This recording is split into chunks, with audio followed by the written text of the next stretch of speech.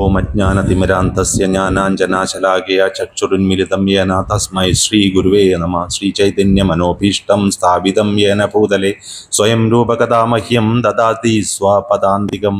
വന്ദേഹം ശ്രീഗുരോ ശ്രീയുതപദകമലം ശ്രീഗുരും വൈഷ്ണവാംശ്ച ശ്രീരൂപം സാഗ്രജാതം സഹഗണ രഘുനാഥാന്വിതം തം സജീവം സാദ്വൈതം സാവധൂതം പരിജനസഹിതം കൃഷ്ണചൈതന്യദേവം ശ്രീരാധാകൃഷ്ണപാദാൻ സഹഗണ ലളിത ശ്രീ വിശാഖാന്വിതാംശ്ച. ഹേ കൃഷ്ണ കരുണാ സിന്ധോ ദീനബന്ധോ ജഗത്പദേ ഗോപേശ ഗോപികാ കാന്ത രാധാകാന്ത നമോസ്തുതേ. തപ്തകാഞ്ചന ഗൗരാംഗീ രാധേ വൃന്ദാവനേശ്വരി ഋഷഭാനുസുതേ ദേവി പ്രണമാമി ഹരിപ്രിയേ. വാഞ്ചാകൽപതരൂപശ്ച കൃപാ സിന്ധുഭ്യേവ ച പതിതാനാം പാവനേഭ്യോ വൈഷ്ണവേഭ്യോ നമോ നമഃ. നമാം വിഷ്ണുപാദായ കൃഷ്ണപ്രേഷ്ഠായ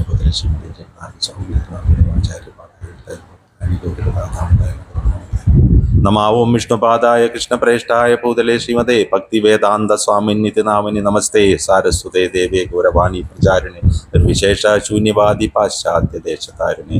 ജയ ശ്രീകൃഷ്ണ ചൈതന്യ പ്രഭു നിത്യാനന്ദ ശ്രീ അദ്വൈത ഗദാധര ശ്രീവാസാദി. ഹരേ കൃഷ്ണ. ഇന്ന് സീതാമാതാജിയുടെ ക്ലാസ് ആയിരുന്നു.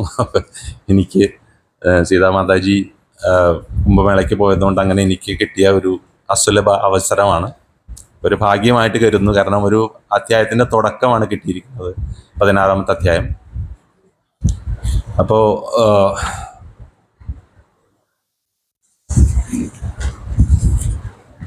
നമ്മൾ ഈ അധ്യായത്തിൻ്റെ പേര് ദേവാസുര ഭാവങ്ങളാണ്. അപ്പോൾ ഇന്ന് ഈ 16ാം അധ്യായത്തിൽ 3 ശ്ലോകങ്ങളാണ്, 1, 2, 3 ഒരുമിച്ച് പുസ്തകത്തിലുള്ളത്.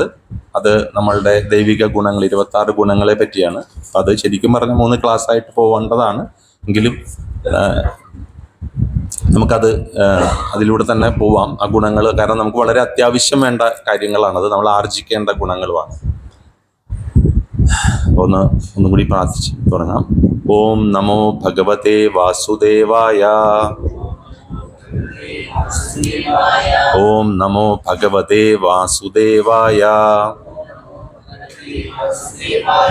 ഓം നമോ ഭഗവതേ വാസുദേവായ. ശ്ലോകം ചൊല്ലാം, 3 പ്രാവശ്യം ചൊല്ലാം. അതിനുശേഷം ആരെങ്കിലും കുറച്ച് പേര് ഏറ്റു ചൊല്ലുക 2 സൈഡിൽ നിന്ന്. ഭഗവത്ഗീത യഥാരൂപം, അധ്യായം 16, ദേവാസുര ഭാവങ്ങൾ. ശ്ലോകം 1, 2, 3 ഒരുമിച്ച് വായിക്കാം. ശ്രീ ഭഗവാനുവാച. അഭയം സത്വസംശുദ്ധിർ ജ്ഞാനയോഗ വ്യവസ്ഥിതിഃ ദാനം ദമശ്ച യജ്ഞശ്ച സ്വാധ്യായസ്തപ ആർജവം. അഭയം സത്വസംശുദ്ധിർ ജ്ഞാനയോഗ വ്യവസ്ഥിതിഃ ദാനം ദമശ്ച യജ്ഞശ്ച സ്വാധ്യായസ്തപ ആർജവം. അഭയം സത്വസംശുദ്ധിർ ജ്ഞാനയോഗ വ്യവസ്ഥിതിഃ ദാനം ദമശ്ച യജ്ഞശ്ച സ്വാധ്യായസ്തപ ആർജവം. ശ്ലോകം 2. അഹിംസ സത്യമക്രോധസ്. അഹിംസ സത്യമക്രോധസ് ത്യാഗശാന്തിരപൈശുനം ദയാഭൂതേഷലോലുപ്തം മാർദവം ഹ്രീരചാപലം. അഹിംസ സത്യക്രോധസ്ഥ അഹിംസ സത്യമക്രോധസ് ത്യാഗശാന്തിരപൈശുനം ദയാഭൂതേശലോലുപ്തം മാർദവം ഹ്രീരചാപലം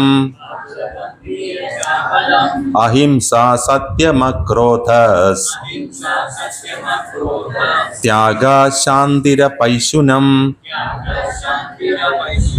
ദയാഭൂതേശലോലുപ്തം മാർദവം ഹ്രീരചാപലം.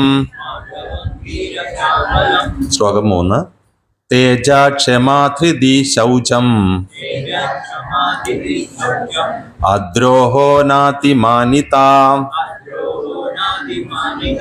ഭവന്തി സമ്പദം ദൈവീ അഭിജാതസ്യ ഭാരത. തേജ ക്ഷമാധൃതി ശൗചം അദ്രോഹോ നാതിമാനിത ഭവന്തി സമ്പദം ദൈവീ അഭിജാതസ്യ ഭാരത. തേജ ക്ഷമാധൃതി ശൗചം അദ്രോഹോ നാതിമാനിത ഭവന്തി സമ്പദം ദൈവീ അഭിജാതസ്യ ഭാരത. ഹരേ കൃഷ്ണ. ഹലോ വായിക്കുന്നു. ഹരേ കൃഷ്ണ. ഇപ്പോൾ നമ്മൾ ദേവാസുര ഭാവങ്ങളിലേക്ക് വരുന്നതിന് മുന്നേ എങ്ങനെയാണ് ഇതിനെ ഭഗവാൻ തൊട്ട് മുന്നുള്ള അധ്യായങ്ങളുമായിട്ട് കണക്ട് ചെയ്തത് എന്ന് നമുക്കൊന്ന് നോക്കാം. അപ്പോൾ നമുക്കറിയാം, ഭഗവത്ഗീതയിൽ 18 അധ്യായങ്ങളിൽ നമ്മൾ തുടക്കം മുതൽ നമുക്ക് ആദ്യത്തെ 6 അധ്യായങ്ങൾ കർമ്മയോഗമായിട്ട് നമ്മൾ പറയുന്നു, ഗ്രൂപ്പ് ചെയ്ത് പറയുന്നു. അപ്പോൾ അവിടെ നമ്മൾക്ക് ആദ്യമായിട്ട് അർജുനൻ്റെ കുരുക്ഷേത്ര ഭൂമിയിലെ യുദ്ധ നിരീക്ഷണം, ലമൻറ്റേഷൻ, ആ അർജുനൻ്റെ ആ വിഷാദഭാവം, പിന്നെ ഭഗവാൻ ഭഗവത്ഗീത ഉപദേശിച്ച് തുടങ്ങുന്നത്, പിന്നെ 2ാമത്തെ അധ്യായത്തിൽ നമ്മൾ ഗീതാവിഷയ സംഗ്രഹം, പിന്നെ 3, 4 കർമ്മയോഗവും അതീന്ദ്രിയ ജ്ഞാനവും, പിന്നെ വീണ്ടും കർമ്മയോഗം തന്നെ കൃഷ്ണാവബോധത്തിലുള്ള പ്രവർത്തനം 5 വരുന്നു, 6 വരുമ്പോൾ ധ്യാനയോഗം. അങ്ങനെ ഭഗവാൻ ഉപദേശിച്ചു വരികയാണ്. 7 പിന്നെ ജ്ഞാനവിജ്ഞാന യോഗം, 8 പരമപദ പ്രാപ്തിയെക്കുറിച്ച് പറയുന്നു, 9 വരുമ്പോൾ രാജവിദ്യ രാജഗുഹ്യ യോഗമായി, 10 ഭഗവാൻ അതിൻ്റെ കണ്ടിന്യൂവേഷനായിട്ട് ഭഗവാൻ വിഭൂതി യോഗം പറയുന്നു, 11 ഭഗവാൻ കുറച്ചുകൂടി ഭഗവാനെ മനസ്സിലാക്കാൻ വിശ്വരൂപത്തിനെ കുറിച്ച് പറയുന്നു. പിന്നെ 12 വരുമ്പോൾ ഭഗവാൻ ഭക്തിയോഗം, അവിടെ ഭക്തിയോഗം പറയാണ് 12ാമത്തെ അധ്യായത്തിൽ. 13 വീണ്ടും ഭഗവാൻ അടുത്ത, അതായത് ഈ ഭക്തിയോഗത്തിലേക്ക് വരുവാനായിട്ട് നമ്മൾ അറിഞ്ഞിരിക്കേണ്ട ആ ജ്ഞാനത്തിന് വേണ്ടിയിട്ട് പ്രകൃതി, പുരുഷൻ, ക്ഷേത്രജ്ഞൻ എന്നുള്ള കാര്യങ്ങൾ അർജുനന്റെ ചോദ്യത്തിന് ഉത്തരമായിട്ട് അതുമാണ് 13 പറയുന്നത്. 14 ഭഗവാൻ കുറച്ചും കൂടി ഏറ്റവും ആഴത്തിലേക്ക് പോകും. നമ്മൾ ഏറ്റവും എല്ലാവരും പഠിച്ചു തന്നെ ഇരിക്കേണ്ട അധ്യായം ഭഗവത്ഗീതയിലെ 14ാമത്തെ, അതാണ് ഭൗതിക പ്രകൃതിയുടെ ത്രിഗുണങ്ങൾ, 3 മോഡ്സ് ഓഫ് മെറ്റീരിയൽ നേച്ചർ, അതാണ് 14. അപ്പോൾ ആ 14ലാണ് നമ്മളെക്കുറിച്ച് കൂടുതൽ, നമ്മൾക്ക് സംഭവിക്കുന്നത് എന്താണ്, ഓരോ ഈ ഒരു മനുഷ്യ രൂപത്തിൽ നമ്മൾ പിറക്കുമ്പോൾ നമുക്ക് എന്തൊക്കെ സംഭവിക്കുന്നു, നമുക്ക് എന്തുകൊണ്ടാണ് നമുക്ക് ഈ റീഇൻകാർണേഷൻസ്, റീബർത്തുകൾ ഉണ്ടാകുന്നത് എന്നുള്ളതിൻ്റെ കാരണങ്ങൾ വളരെ വിശദമായിട്ട് ഭഗവാൻ 14 പറയും. പിന്നെ 15 ഭഗവാൻ എന്ത് പറയുന്നു വെച്ചാൽ പുരുഷോത്തമ യോഗം പറയുന്നു, ഭഗവാനെ കുറിച്ച് പറയുന്നു. അപ്പോൾ അവിടെ ഭഗവാൻ 14ാം അധ്യായത്തിൽ പ്രകൃതിയുടെ ത്രിഗുണങ്ങളെ കുറിച്ച് പറയുമ്പോൾ സത്വരജോ തമോ ഗുണങ്ങൾ, mode of goodness, mode of passion and mode of ഇഗ്നോറൻസിനെ കുറിച്ച് പറയുമ്പോൾ ആ പ്രകൃതിയെക്കുറിച്ച് ഭഗവാൻ പറയുന്നുണ്ട്. അപ്പോൾ ആ പ്രകൃതിയുടെ ഒരു വർണ്ണനയാണ് 15 പുരുഷോത്തമ യോഗത്തിൽ തുടക്കം. തല കീഴായിട്ടുള്ള ഒരു അശ്വത്ഥ വൃക്ഷത്തിനെ കുറിച്ച് പറയുന്നുണ്ട്, അല്ലെ? വേരുകൾ മേലോട്ടും ഇലകൾ അല്ലെങ്കിൽ കമ്പുകൾ, ചില്ലകൾ താഴോട്ടുമായിട്ടുള്ള ഒരു വൃക്ഷത്തെ കുറിച്ച്. അതെന്താണ്? ആത്മീയ ലോകത്തിന്റെ ജസ്റ്റ് റിഫ്ലക്ഷൻ. നമ്മൾ വെള്ളത്തിനരികിൽ ഒരു മരം നിൽക്കുമ്പോൾ അത് തലകീഴായിട്ട് വെള്ളത്തിൽ റിഫ്ലക്ഷൻ കാണുന്ന പോലെ. അപ്പൊ ആ വെള്ളം എന്നുള്ളത് നമ്മുടെ ഡിസയേഴ്സ് ആണ്. അപ്പൊ ആ ഡിസയർ ഉള്ളപ്പോഴാണ് നമ്മൾ ഈ ഭൗതികത കാണുന്നത്, അതിന്റെ റിഫ്ലക്ഷൻ തലകീഴായിട്ട് കാണുന്നത്. അപ്പോൾ അതിനെ മുറിക്കാനാണ് അസംഗശസ്ത്രേണ എന്നാണ് ഭഗവാൻ അതിനകത്ത് പറയുന്നത്. അതായത് നമ്മൾ ആസക്തി ഇല്ലായ്മ, ഡിറ്റാച്ച്മെന്റ് ആയുള്ള ഒരു ശസ്ത്രം കൊണ്ടാണ് ആ മരത്തെ മുറിച്ച് കളയേണ്ടത്. അങ്ങനെ മുറിക്കുമ്പോൾ നമ്മൾക്ക് ഈ ഭൗതികത ഇല്ലാതാകുകയും നമ്മൾക്ക് ഭൗതിക ലോകത്തേക്ക് എത്താൻ സാധിക്കുകയും ചെയ്യും. എന്നാൽ ഈ മരം മുറിച്ചു കഴിഞ്ഞാൽ നമുക്ക് നേരെ ഭൗതിക ലോകത്തേക്കുള്ള ടിക്കറ്റ് കിട്ടുമോ? ഒരിക്കലുമില്ല. അതിന് നമ്മൾക്ക് ഒരുപാട് ശ്രമങ്ങൾ നടത്തേണ്ടതുണ്ട്. അപ്പോൾ അതുകൊണ്ട് ഭഗവാനെ കുറിച്ച് വീണ്ടും പുരുഷോത്തമത്തിൽ 5-ാമത്തെ ഇത് കഴിഞ്ഞാൽ 15-ാമത്തെ അധ്യായത്തിൽ 5 മുതൽ പിന്നെ 20 ശ്ലോകം വരെ ഭഗവാനെ കുറിച്ച് തന്നെ പറയുന്നു. എങ്ങനെയാണ് നമുക്ക് ആ യോഗം, പുരുഷോത്തമനുമായിട്ടുള്ള യോഗം, പുരുഷോത്തമനുമായിട്ട് നമുക്ക് എങ്ങനെ ആ ഒരു ലിങ്ക് ഉണ്ടാക്കാം എന്നതിനെ കുറിച്ച് ആണ് 15-ൽ പറയുന്നത്. അപ്പൊ 14-ഉം 15-ഉം തമ്മിലുള്ള ഒരു കണക്ഷനാണ് നേരത്തെ ഞാൻ പറഞ്ഞത്. അത് 3 മോഡ്സ് ഓഫ് മെറ്റീരിയൽ നേച്ചറിനെ കുറിച്ച് പറയുന്നു. അത് മുഴുവൻ നമ്മുടെ എല്ലാവരെയും നിയന്ത്രിക്കുന്ന എല്ലാ 3 മോഡ്സ് ഓഫ് മെറ്റീരിയൽ നേച്ചറാണ്. ആ 3 മോഡ്സ് ഓഫ് മെറ്റീരിയൽ നേച്ചർ ഉള്ളത് കൊണ്ട് തന്നെ നമുക്ക് ആ മോഡ് ഓഫ് ഗുഡ്നെസ്, പാഷൻ അല്ലെങ്കിൽ ഇഗ്നോറൻസ് വരുന്നതുകൊണ്ട് തന്നെ ജീവാത്മാക്കൾ ഈ ഭൗതിക ലോകത്ത് കുരുങ്ങി പോകുന്നു. കാരണം നമ്മൾ എന്ത് വിചാരിക്കും, നമ്മൾ ഈ ശരീരമാണ് എന്ന് വിചാരിക്കേണ്ട ഈ ബോഡിലി കാര്യങ്ങളിലെല്ലാം നമ്മൾ അറ്റാച്ച്ഡ് ആയിട്ട് അതിന്റെ പുറകെ പോകുമ്പോൾ നമ്മളുടെ സാധനങ്ങളിൽ നിന്നൊക്കെ നമ്മൾ അകന്നു പോകുന്നത് അതിലേക്ക് വരുന്നവര്. പക്ഷെ അതിലൊട്ടും വരാത്തവരുടെ കാര്യം ആലോചിച്ച് നോക്കുക. അവർ ഒരു രീതിയിലും അവർക്ക് സ്പിരിച്വൽ എന്താന്ന് തന്നെ മനസ്സിലാവുന്നില്ല. അപ്പൊ അവരുടെ ജന്മം പൂർണ്ണമായിട്ടും മെറ്റീരിയൽ ലൈഫിലൂടെ അല്ലെങ്കിൽ ഭൗതിക ജീവിതത്തിലൂടെ കടന്നു പോയിട്ട് യാതൊരു ആത്മീയ ചിന്തയില്ലാണ്ട് അവരിങ്ങനെ റീഇൻകാർണേഷൻസ് നടന്നുകൊണ്ടേയിരിക്കും. അപ്പൊ ഭഗവാൻ 15-ല് ഭഗവാൻ നേരത്തെ പറഞ്ഞ പോലെ ഭൗതിക പ്രകൃതി എന്താണെന്നും പിന്നെ ഈ ഭൗതിക പ്രകൃതി എന്താണെന്ന് വിശദമായി മനസ്സിലാക്കിയാൽ നമുക്ക് അതിൽ നിന്ന് പുറത്തു വരുന്ന കാര്യം ആലോചിക്കാൻ സാധിക്കും. അതുകൊണ്ട് അതിനെക്കുറിച്ച് വിശദമായിട്ട് പറയുന്നു. പിന്നെ material world to spiritual world എന്നുള്ള കാര്യമാണ് 15-ല് ഭഗവാൻ എല്ലാം വിശദമാക്കി പറയുന്നത്. 15 പറഞ്ഞ എന്താണെന്ന് വെച്ചാൽ 15-ന് ഒരു സമ്മറി പറയാമെന്ന് മുമ്പ് ഒരു പ്ലാൻ ഉണ്ടായിരുന്നു. പക്ഷെ നമുക്കത് അതിനുള്ള സമയം കിട്ടിയില്ല. അതുകൊണ്ടാണ് ജസ്റ്റ് 15-നെ കുറിച്ച് ഒന്നുകൂടി ഇപ്പോൾ ഇവിടെ പറയുന്നത്. അപ്പോൾ അത് കഴിഞ്ഞിട്ട് നമ്മളിപ്പോ 16-ാമത്തെ അധ്യായത്തിലേക്ക് വരുമ്പോൾ നമ്മൾ 15-ൽ ഭഗവാൻ അവസാന ഭാഗത്ത് 15-ന്റെ 15 പോയിന്റ് ഇപ്പോ 14 എടുത്തു കഴിഞ്ഞാൽ വളരെ സുപ്രധാനമായ ശ്ലോകം 15-ൽ പറയുന്നുണ്ട്. അതായത് ഭഗവാൻ ഓരോന്ന് പറയുന്നു. അപ്പോൾ അതിലൊരു പ്രധാന ശ്ലോകം വരുന്നതാണ് ഭഗവാൻ അഹം വൈശ്വാനരോ ഭൂത്വ എന്നുള്ള ശ്ലോകം. അതായത് 15.14. അതായത് നമ്മളുടെ ജഠരാഗ്നി അല്ലെങ്കിൽ ദഹന അഗ്നി ഭഗവാനാണ് എന്ന് പറയുന്നുണ്ട്. ആ ഒരു ശ്ലോകത്തിന്റെ ഇമ്പോർട്ടൻസ് എന്താന്ന് വെച്ചാൽ അത് നമ്മുടെ പ്രസാദമായിട്ട് കണക്ട് ചെയ്തിട്ടുള്ള ഒരു ശ്ലോകമാണ്. അല്ലെങ്കിൽ നമ്മൾ എന്ത് കഴിക്കുന്നു എന്ന് തീരുമാനിക്കുന്ന ഒരു ശ്ലോകമാണ്. അവിടെ ഭഗവാൻ പറയുന്നത് നമ്മുടെ ഉള്ളിലുള്ള ദഹന അഗ്നി, ആ അഗ്നി ഭഗവാനാണ്. അത് ഭഗവാനാണ്. ആ ഭഗവാൻ ആ അഗ്നി കൊണ്ട് ഓരോ പ്രാണിക്കും അല്ലെങ്കിൽ ഓരോ ജീവികളെയും ആശ്രയിച്ച് അവരുടെ ആശ്രയിച്ച് ഭഗവാൻ പ്രാണാപാനം, ആ അകത്തേക്കും പുറത്തേക്കും എടുക്കുന്ന നിശ്വാസങ്ങൾക്കൊപ്പം ചേർന്ന് അവയെ ദഹിപ്പിക്കുന്നു. അത് നാല് തരത്തിലുള്ള ആഹാരം, നമ്മൾ 4 തരം ആഹാരങ്ങളെ കുറിച്ചൊക്കെ പറഞ്ഞു. വിഴുങ്ങുന്നവ, ചവച്ചിറക്കി കഴിക്കുന്നവ, വലിച്ചൂറ്റി കുടിക്കുന്നവ, നക്കി കഴിക്കുന്നവ, അങ്ങനെ 4 തരം ആഹാരങ്ങളെ കുറിച്ച് പറഞ്ഞു. ആ 4 തരം ആഹാരങ്ങളെല്ലാം ഈ അഗ്നി ദഹിപ്പിക്കുന്നു. അതെങ്ങനെ? ഓരോ ജീവികളെ ആശ്രയിച്ച്. എന്ന് വച്ചാൽ ജീവാത്മാവിന് നമ്മളുടെ ഭക്ഷണം ഭഗവാൻ തീരുമാനിച്ചിട്ടുണ്ട്. നമുക്കറിയാം 9.26 ഭഗവാൻ എന്താ പറയുന്നത്? ഭഗവാൻ പറയുന്നുണ്ടല്ലേ, പത്രം പുഷ്പം ഫലം തോയം യോമേ ഭക്തിയ പ്രയശ്ചതി. അതായത് നമ്മൾക്ക് ഒരു പത്രം, ഒരു ഇല, തുളസി ഇല, ഒരു പുഷ്പം, ഒരു ഫലം, ഒരു ഫ്രൂട്ട് അല്ലെങ്കിൽ ജലം, ഇത് മിനിമം ഇതെങ്കിലും ഭക്തിയോടെയും സ്നേഹത്തോടും കൂടി ഭഗവാൻ സമർപ്പിച്ചാൽ ഭഗവാൻ അത് സ്വീകരിക്കും എന്ന് പറയുന്നുണ്ട്. അപ്പോൾ എന്താണ് സമർപ്പിക്കേണ്ടതിന്റെ മിനിമം കാര്യങ്ങളെല്ലാം ഭഗവാൻ വളരെ കൃത്യമായിട്ട് പറഞ്ഞിട്ടുണ്ട്.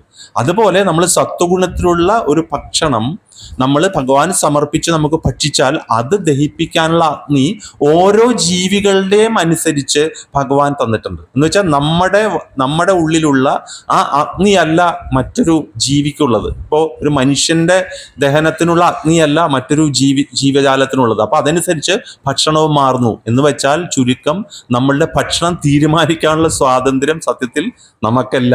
നമ്മൾ ആ പറഞ്ഞിട്ടുള്ള ഭക്ഷണം തന്നെയാണ് കഴിക്കുന്നത്. പക്ഷെ നമ്മൾ എന്ത് ചെയ്യുന്നു? മനുഷ്യൻ അവന്റെ ആ സ്വാതന്ത്ര്യം ദുരുപയോഗം ചെയ്തിട്ട് തോന്നിയതെല്ലാം വലിച്ചു വാരി കഴിക്കുന്നു. അപ്പൊ അത് വളരെ സുപ്രധാനമായിട്ടുള്ള ശ്ലോകമാണ് 14 വരുന്നത്. 15.14. പിന്നെ 15.15 എല്ലാവർക്കും അറിയാവുന്ന ശ്ലോകമാണ് സർവസ്യ ചാഹം ഹൃദി സന്നിവിഷ്ടോ. അതൊരു പ്രധാന ശ്ലോകം തന്നെയാണ്. അതിനുശേഷം 16 മുതൽ 18 അല്ലെങ്കിൽ 16 മുതൽ 20 വരെയുള്ള ശ്ലോകത്തിൽ ഭഗവാൻ 3 തരത്തിലുള്ള കാര്യങ്ങൾ പറയുന്നുണ്ട്. ഒന്ന്, സമ്പന്ന ജ്ഞാനം എന്താണ്, അതുപോലെ അഭിധേയം, പ്രയോജനം, ഈ 3 കാര്യങ്ങൾ ആ ശ്ലോകത്തിലൂടെ എക്സ്പ്ലെയിൻ ചെയ്യുന്നുണ്ട്. അതായത് സംബന്ധജ്ഞാനം എന്ന് പറഞ്ഞാൽ റിലേഷൻഷിപ്പാണ്, നമ്മളും ഭഗവാനും തമ്മിലുള്ള ആ ബന്ധം. നമ്മൾ ഭഗവാന്റെ നിത്യദാസനാണ്. ആ ശാശ്വതമായ ആ ബന്ധത്തെ കുറിച്ചാണ് ആ 15:16-18 ശ്ലോകത്തിൽ പറയുന്നുണ്ട് ഭഗവാൻ. അപ്പോൾ അതിനകത്ത് ഭഗവാൻ പറയുന്നുണ്ട് 2 തരം ആൾക്കാരുണ്ട് ഇവിടെ. തെറ്റുപറ്റുന്നവര്, തെറ്റുപറ്റാത്തവരുണ്ട്. തെറ്റുപറ്റുന്നവരെല്ലാം എവിടെയുണ്ട്? ഭൗതിക ലോകത്തുണ്ട്. തെറ്റുപറ്റാത്തവരെല്ലാം ആത്മീയ ലോകത്തുണ്ട് എന്ന് പറയുന്നുണ്ട്. പരമാത്മാവ് എല്ലായിടത്തും ഉണ്ട് എന്നുള്ള കാര്യങ്ങളാണ് അതിനകത്ത് പറയുന്നത്. പിന്നെ ഭഗവാൻ പുരുഷോത്തമനാണ് എന്നുള്ള കാര്യം വളരെ കഴിഞ്ഞ ക്ലാസ്സിൽ പ്രേമമായ പ്രഭു അത് പറഞ്ഞിരുന്നു. കാരണം ഭഗവാൻ ഞാൻ പരമപുരുഷോത്തമനാണ് എന്ന് ഭഗവാൻ തന്നെ ഊന്നി പറയുന്ന ശ്ലോകമാണ് 15:18. അപ്പോൾ അത്രയും പ്രധാനമായ ശ്ലോകങ്ങളാണ് അവിടെ 15-ാം അധ്യായത്തിന്റെ അവസാന ഭാഗത്ത്. എല്ലാം ശ്ലോകങ്ങളും പ്രധാനമാണെങ്കിൽ അവസാന ഭാഗത്ത് ഭഗവാൻ പറയുന്നുണ്ട് സർവശ്രേഷ്ഠനാണ് ഭഗവാൻ തന്നെ എന്നുള്ള കാര്യം ഊന്നി പറയുന്നുണ്ട്. അതിനുശേഷം പ്രയോജനം പ്രയോജനം കഴിഞ്ഞ് അഭിധേയം പറയുകയാണ്. 15:19 പറയുന്നത് അഭിധേയം എന്ന് വെച്ചാൽ പ്രോസസ്, എങ്ങനെ ഈ ഭഗവാനിലേക്ക് എത്താം. അപ്പൊ റിലേഷൻ പറഞ്ഞു, ഭഗവാനെ കുറിച്ച് പറഞ്ഞു, പിന്നെയുള്ളത് ആ പ്രോസസ്സ് എന്താണെന്ന് പറയാണ്. ഭഗവാന്റെ ആ റിലേഷൻഷിപ്പ് നമുക്ക് സ്ഥാപിക്കാനുള്ള പ്രോസസ്സ് പറയുന്നുണ്ട്. അതാണ് നമുക്കറിയാം ഭക്തിയുത സേവനമാണ്, ഡിവോഷണൽ സർവീസ്. സിൻസിയർ ആയിട്ട് നമ്മൾ ചെയ്യുക, നവവിധ ഭക്തി, അതൊക്കെയാണ് നമ്മൾ ചെയ്യുന്ന ചാൻറ്റിങ്, അതെല്ലാം അതിനകത്ത് കൊടുക്കും. പിന്നെ 15:20 പ്രയോജനത്തെ കുറിച്ച് പറയാം. ഗോൾ എന്താണ്? കൃഷ്ണപ്രേമം എന്നുള്ള ആ ഗോളിനെ കുറിച്ചും ഭഗവാൻ പറയുകയാണ്. ഇതാണ് 15:1 മുതൽ 20 വരെയുള്ള ആ കഴിഞ്ഞ അധ്യായത്തിലെ കാര്യങ്ങൾ. ഇനി ഇവിടെ എന്താണ് അതുമായിട്ട് ഇനി എങ്ങനെയാണ് നമ്മൾ 14-15 നമ്മൾ റിലേറ്റ് ചെയ്തു, പ്രകൃതിയുടെ ത്രിഗുണങ്ങളും പിന്നെ ഭഗവാന്റെ പുരുഷോത്തമ യോഗവുമായിട്ട്. ഇനി 15-ഉം 16-ഉം തമ്മിൽ എങ്ങനെയാണ് കണക്ഷൻ വരുന്നതെന്ന് നോക്കാം. 15-ല് ഭഗവാൻ പറയുന്നുണ്ട് തലകീഴായ വൃക്ഷത്തിന്റെ മുകൾ ഭാഗത്തേക്കുള്ള ബ്രാഞ്ചസിൽ ദൈവിക ഗുണമുള്ളവരും താഴോട്ടുള്ളവരിൽ ആസുരിക ഗുണമുള്ളവരും എന്ന് പറയുന്നു അല്ലെ. അതാണ് നമ്മുടെ ഈ അതിന്റെ ഒരു ഡീറ്റെയിൽ ആണ് ഈ 16-ാമത്തെ അധ്യായത്തിൽ ദ ഡിവൈൻ ആൻഡ് ഡെമോണിയാക് നേച്ചേഴ്സ് എന്നുള്ളതിലാണ് ഭഗവാൻ ഉദ്ദേശിക്കുന്നത്. അപ്പോ ഈ ഭഗവാൻ അവിടെ പറയുന്നുണ്ട് ഈ തലകീഴായ മരത്തിന് ഒരുപാട് വേരുകൾ, താഴോട്ടും ഒരുപാട് സെക്കൻഡറി റൂട്ട്സ് ഉണ്ട്. അപ്പൊ നമ്മൾ ചെയ്യുന്ന ഓരോ പ്രവൃത്തികൾ അനുസരിച്ച് ഈ സെക്കൻഡറി റൂട്ട്സ് കുറച്ചും കൂടി ടൈറ്റ് ആവും, മുറുകും എന്ന് പറയുന്നുണ്ട്. അത് നമ്മളുടെ കർമ്മങ്ങൾ അനുസരിച്ച്. അപ്പൊ അതിനെ പരിപോഷിപ്പിക്കുന്നത് പ്രകൃതിയുടെ ത്രിഗുണങ്ങളാണെന്നും പറയുന്നുണ്ട്. അതിനകത്ത് വളരെ വ്യക്തമായിട്ട് അതിനകത്ത് പറയുന്നുണ്ട്. അപ്പോ അതിനകത്ത് പറയുന്നു നമ്മളുടെ ഈ ദൈവിക ഗുണങ്ങൾ കൂടിക്കഴിഞ്ഞാൽ നമ്മൾക്ക് ആ മുകളിലത്തെ ബ്രാഞ്ചിലേക്ക് പോകാൻ സാധിക്കും. നേരത്തെ പറയുന്ന പുരുഷോത്തമ യോഗം നമുക്ക് സാധിക്കും. പക്ഷെ ആസുരിക ഗുണങ്ങളാണെങ്കിൽ നമ്മളെ അത് താഴേക്ക് താഴ്ത്തും എന്ന് പറയുന്നുണ്ട്. അപ്പൊ അതിനകത്ത് ഭഗവാൻ ഈ അധ്യായത്തില് നമ്മളിപ്പോ ഈ പറഞ്ഞു 15-ല് പ്രകൃതിയുടെ ത്രിഗുണങ്ങളിൽ നിന്ന് നമുക്ക് രക്ഷപ്പെടണം, അതിന്റെ മുകളിലേക്ക് വരണം. അതുപോലെ തന്നെ നമുക്ക് ഭൗതിക പ്രകൃതിയെ മുഴുവനായിട്ട് മനസ്സിലാക്കണം, ഭഗവാനുമായിട്ടുള്ള റിലേഷൻഷിപ്പ് സ്ഥാപിക്കണം. ആ പ്രോസസ്സായ ഭക്തിയുത സേവനത്തിൽ നമുക്ക് മുന്നേറണം. എന്നാലേ നമുക്ക് നമ്മളുടെ ഗോളായിട്ടുള്ള കൃഷ്ണപ്രേമം കിട്ടൂ. പറയുമ്പോൾ വളരെ ലളിതമാണ്, പക്ഷെ ഇത് അച്ചീവ് ചെയ്യണമെങ്കിലോ നമുക്ക് വളരെയധികം മനസ്സ് നിയന്ത്രിച്ച് നമ്മൾ ഈ ഭക്തിയുത സേവനത്തിൽ അല്ലെങ്കിൽ നമ്മുടെ ഈ ഒരു സാധനയിൽ മുഴുകേണ്ടതുണ്ട്. അതിന് മുഴുകണമെങ്കിൽ നമ്മൾ എന്തൊക്കെ ഗുണങ്ങൾ ആർജിക്കണം എന്നാണ് ഭഗവാൻ ഈ 16-ാമത് പറയുന്നത്. സത്യത്തിൽ ഇവിടെ പറയുന്ന എല്ലാ ഗുണങ്ങളും നമ്മൾക്കുണ്ട്. പക്ഷെ എന്താ, നമ്മൾ അതിനെ പൊടി തട്ടി എടുക്കണം. ഇപ്പോൾ ഏതൊരു ശില്പി ഒരു വലിയ കല്ലില് എവിടെയോ കേട്ടതാണ്, അദ്ദേഹം ഇങ്ങനെ ഒരു ശില്പം ഉണ്ടാക്കി, വളരെ ബ്യൂട്ടിഫുൾ ആയിട്ടൊരു ശില്പം ഉണ്ടാക്കി.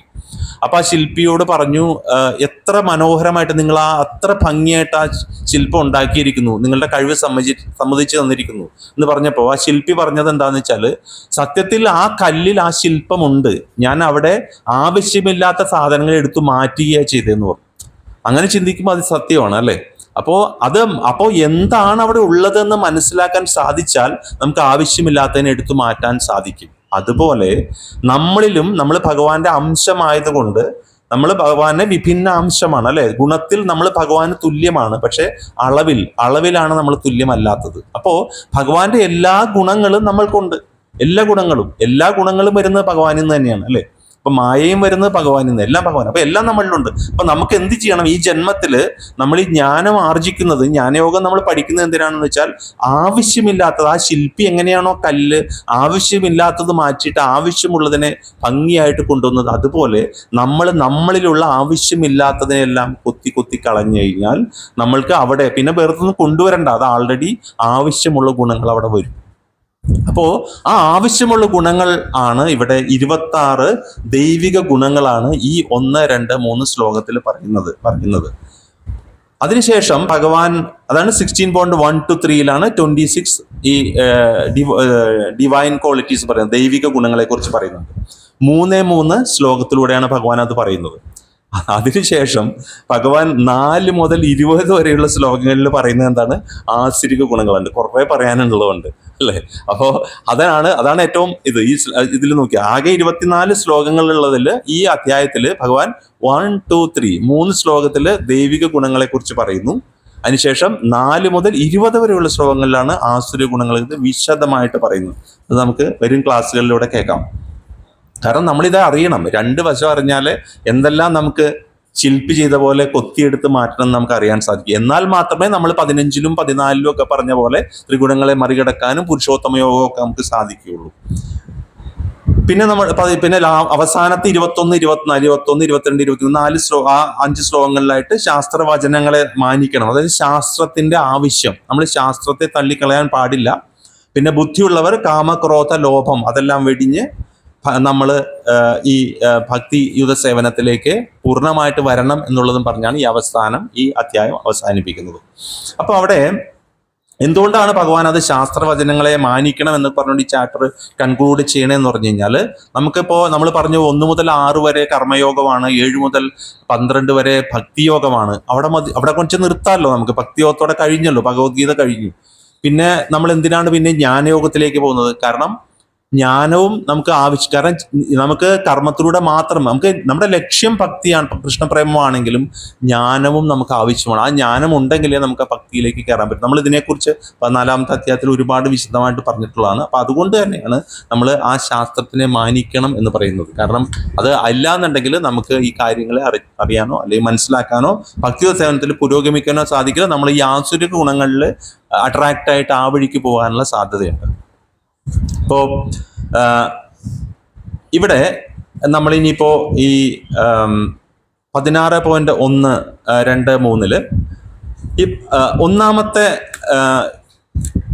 ഒന്നാമത്തെ ശ്ലോകത്തില്, ശ്ലോകം 1 9 ഗുണങ്ങളെയാണ് ഭഗവാൻ അവിടെ പറയുന്നത്. 1ാമത്തെ ശ്ലോകത്തില്.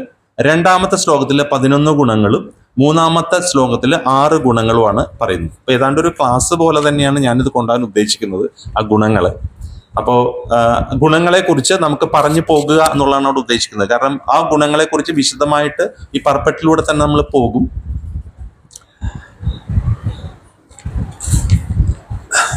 അതിന്റെ ഡീറ്റെയിൽ വായിക്കാം. Word meaning. ശ്രീ ഭഗവാൻ ഉവാച, ശ്രീ ഭഗവാൻ പറഞ്ഞു, അഭയം, ഭയരാഹിത്യം, ഭയമില്ലായ്മ, സത്വസംശുദ്ധി, ജീവിതശുദ്ധി, ജ്ഞാനയോഗ വ്യവസ്ഥിതി, ജ്ഞാനയോഗത്തിൽ നിഷ്ഠ, ദാനം, ദമ, മനോനിയന്ത്രണം, യജ്ഞവും, സ്വാധ്യായ, ശാസ്ത്രാധ്യയനം, വേദപഠനം, തപസ്, ആർജവം, ലാളിത്യം, അഹിംസ, സത്യം, അക്രോധ, ക്രോധരാഹിത്യം, ക്രോധമില്ലായ്മ, ത്യാഗശീലം, ശാന്തി, അപൈശുനം, പരനിന്ദാവർജനം, ഭൂതേഷു ജീവികളിൽ ദയ, അലോലുപ്തം, ദുരാഗ്രഹമില്ലായ്മ, മാർദ്ദവം, മൃദുലത, അകാര്യ പ്രവൃത്തിയിൽ ലജ്ജ, അചാപലം, ചാപല്യഹീനത അല്ലെങ്കിൽ സ്ഥിരത, തേജസ് അല്ലെങ്കിൽ ശക്തി, ക്ഷമ, ധൃതി, ധൈര്യം, ശൗചം, വിശുദ്ധി, ദ്രോഹമില്ലായ്മ, അതിമാനിത, തന്നെ എല്ലാവരും മാനിക്കണമെന്ന വിചാരമില്ലായ്മ, ഹേ ഭാരത, ഏതാനി ഇവയെല്ലാം ദൈവീം സമ്പദം, ദൈവിക ഗുണത്തോടെ അഭിജാതസ്യ, ജനിച്ചവന് ഭവിക്കുന്നു. വളരെ പ്രധാനപ്പെട്ട 3 ശ്ലോകങ്ങളാണ്. വിവർത്തനം വായിക്കാം. വിവർത്തനം ബൈ ശ്രീല പ്രഭുപാദ്, ജയ് ശ്രീല പ്രഭുപാദ്. പരമദിവ്യോത്തമ പുരുഷൻ പറഞ്ഞു, ഹേ ഭാരത, നിർഭയത, 26 ഗുണങ്ങൾ ലിസ്റ്റ് ചെയ്യാണ്.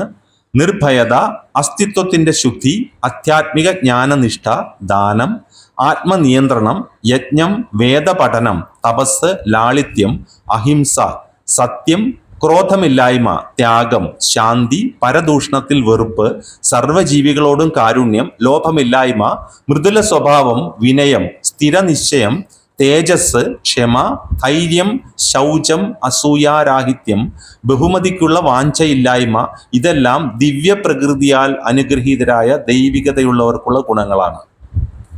ഇത്രയും കേട്ട് കഴിയുമ്പോൾ നമുക്ക് എന്ത് തോന്നും? പുസ്തകം അടച്ചു വെക്കാൻ തോന്നും അല്ലെ? ഇതൊന്നും ഇല്ലെങ്കിൽ ഇനി എന്താ ഉള്ളത് അല്ലെ? 26 ഗുണങ്ങളാണ് നമ്മൾ കേട്ടത്. ഇതാണ് ദൈവിക ഗുണങ്ങൾ. നമുക്ക് ഈ ഓരോ ഗുണങ്ങളെ ചെറിയ രീതിയിൽ ഒന്ന് നോക്കി പോകാം. ഇതിനകത്ത് ഭഗവാൻ ചെയ്യുന്ന എന്താ വെച്ചാൽ, നമുക്കറിയാം വർണ്ണാശ്രമം നമുക്കറിയാം അല്ലെ? വർണ്ണം, ആശ്രമം നമുക്കറിയാം. ഇപ്പൊ ബ്രാഹ്മണൻ, ക്ഷത്രിയൻ, വൈശ്യർ, ശൂദ്രർ എന്നുള്ള വർണ്ണവും, ബ്രഹ്മചര്യം, ഗൃഹസ്ഥം, വാനപ്രസ്ഥം, സന്യാസം, അങ്ങനെയുള്ള 4 ആശ്രമങ്ങളും ഉണ്ട്.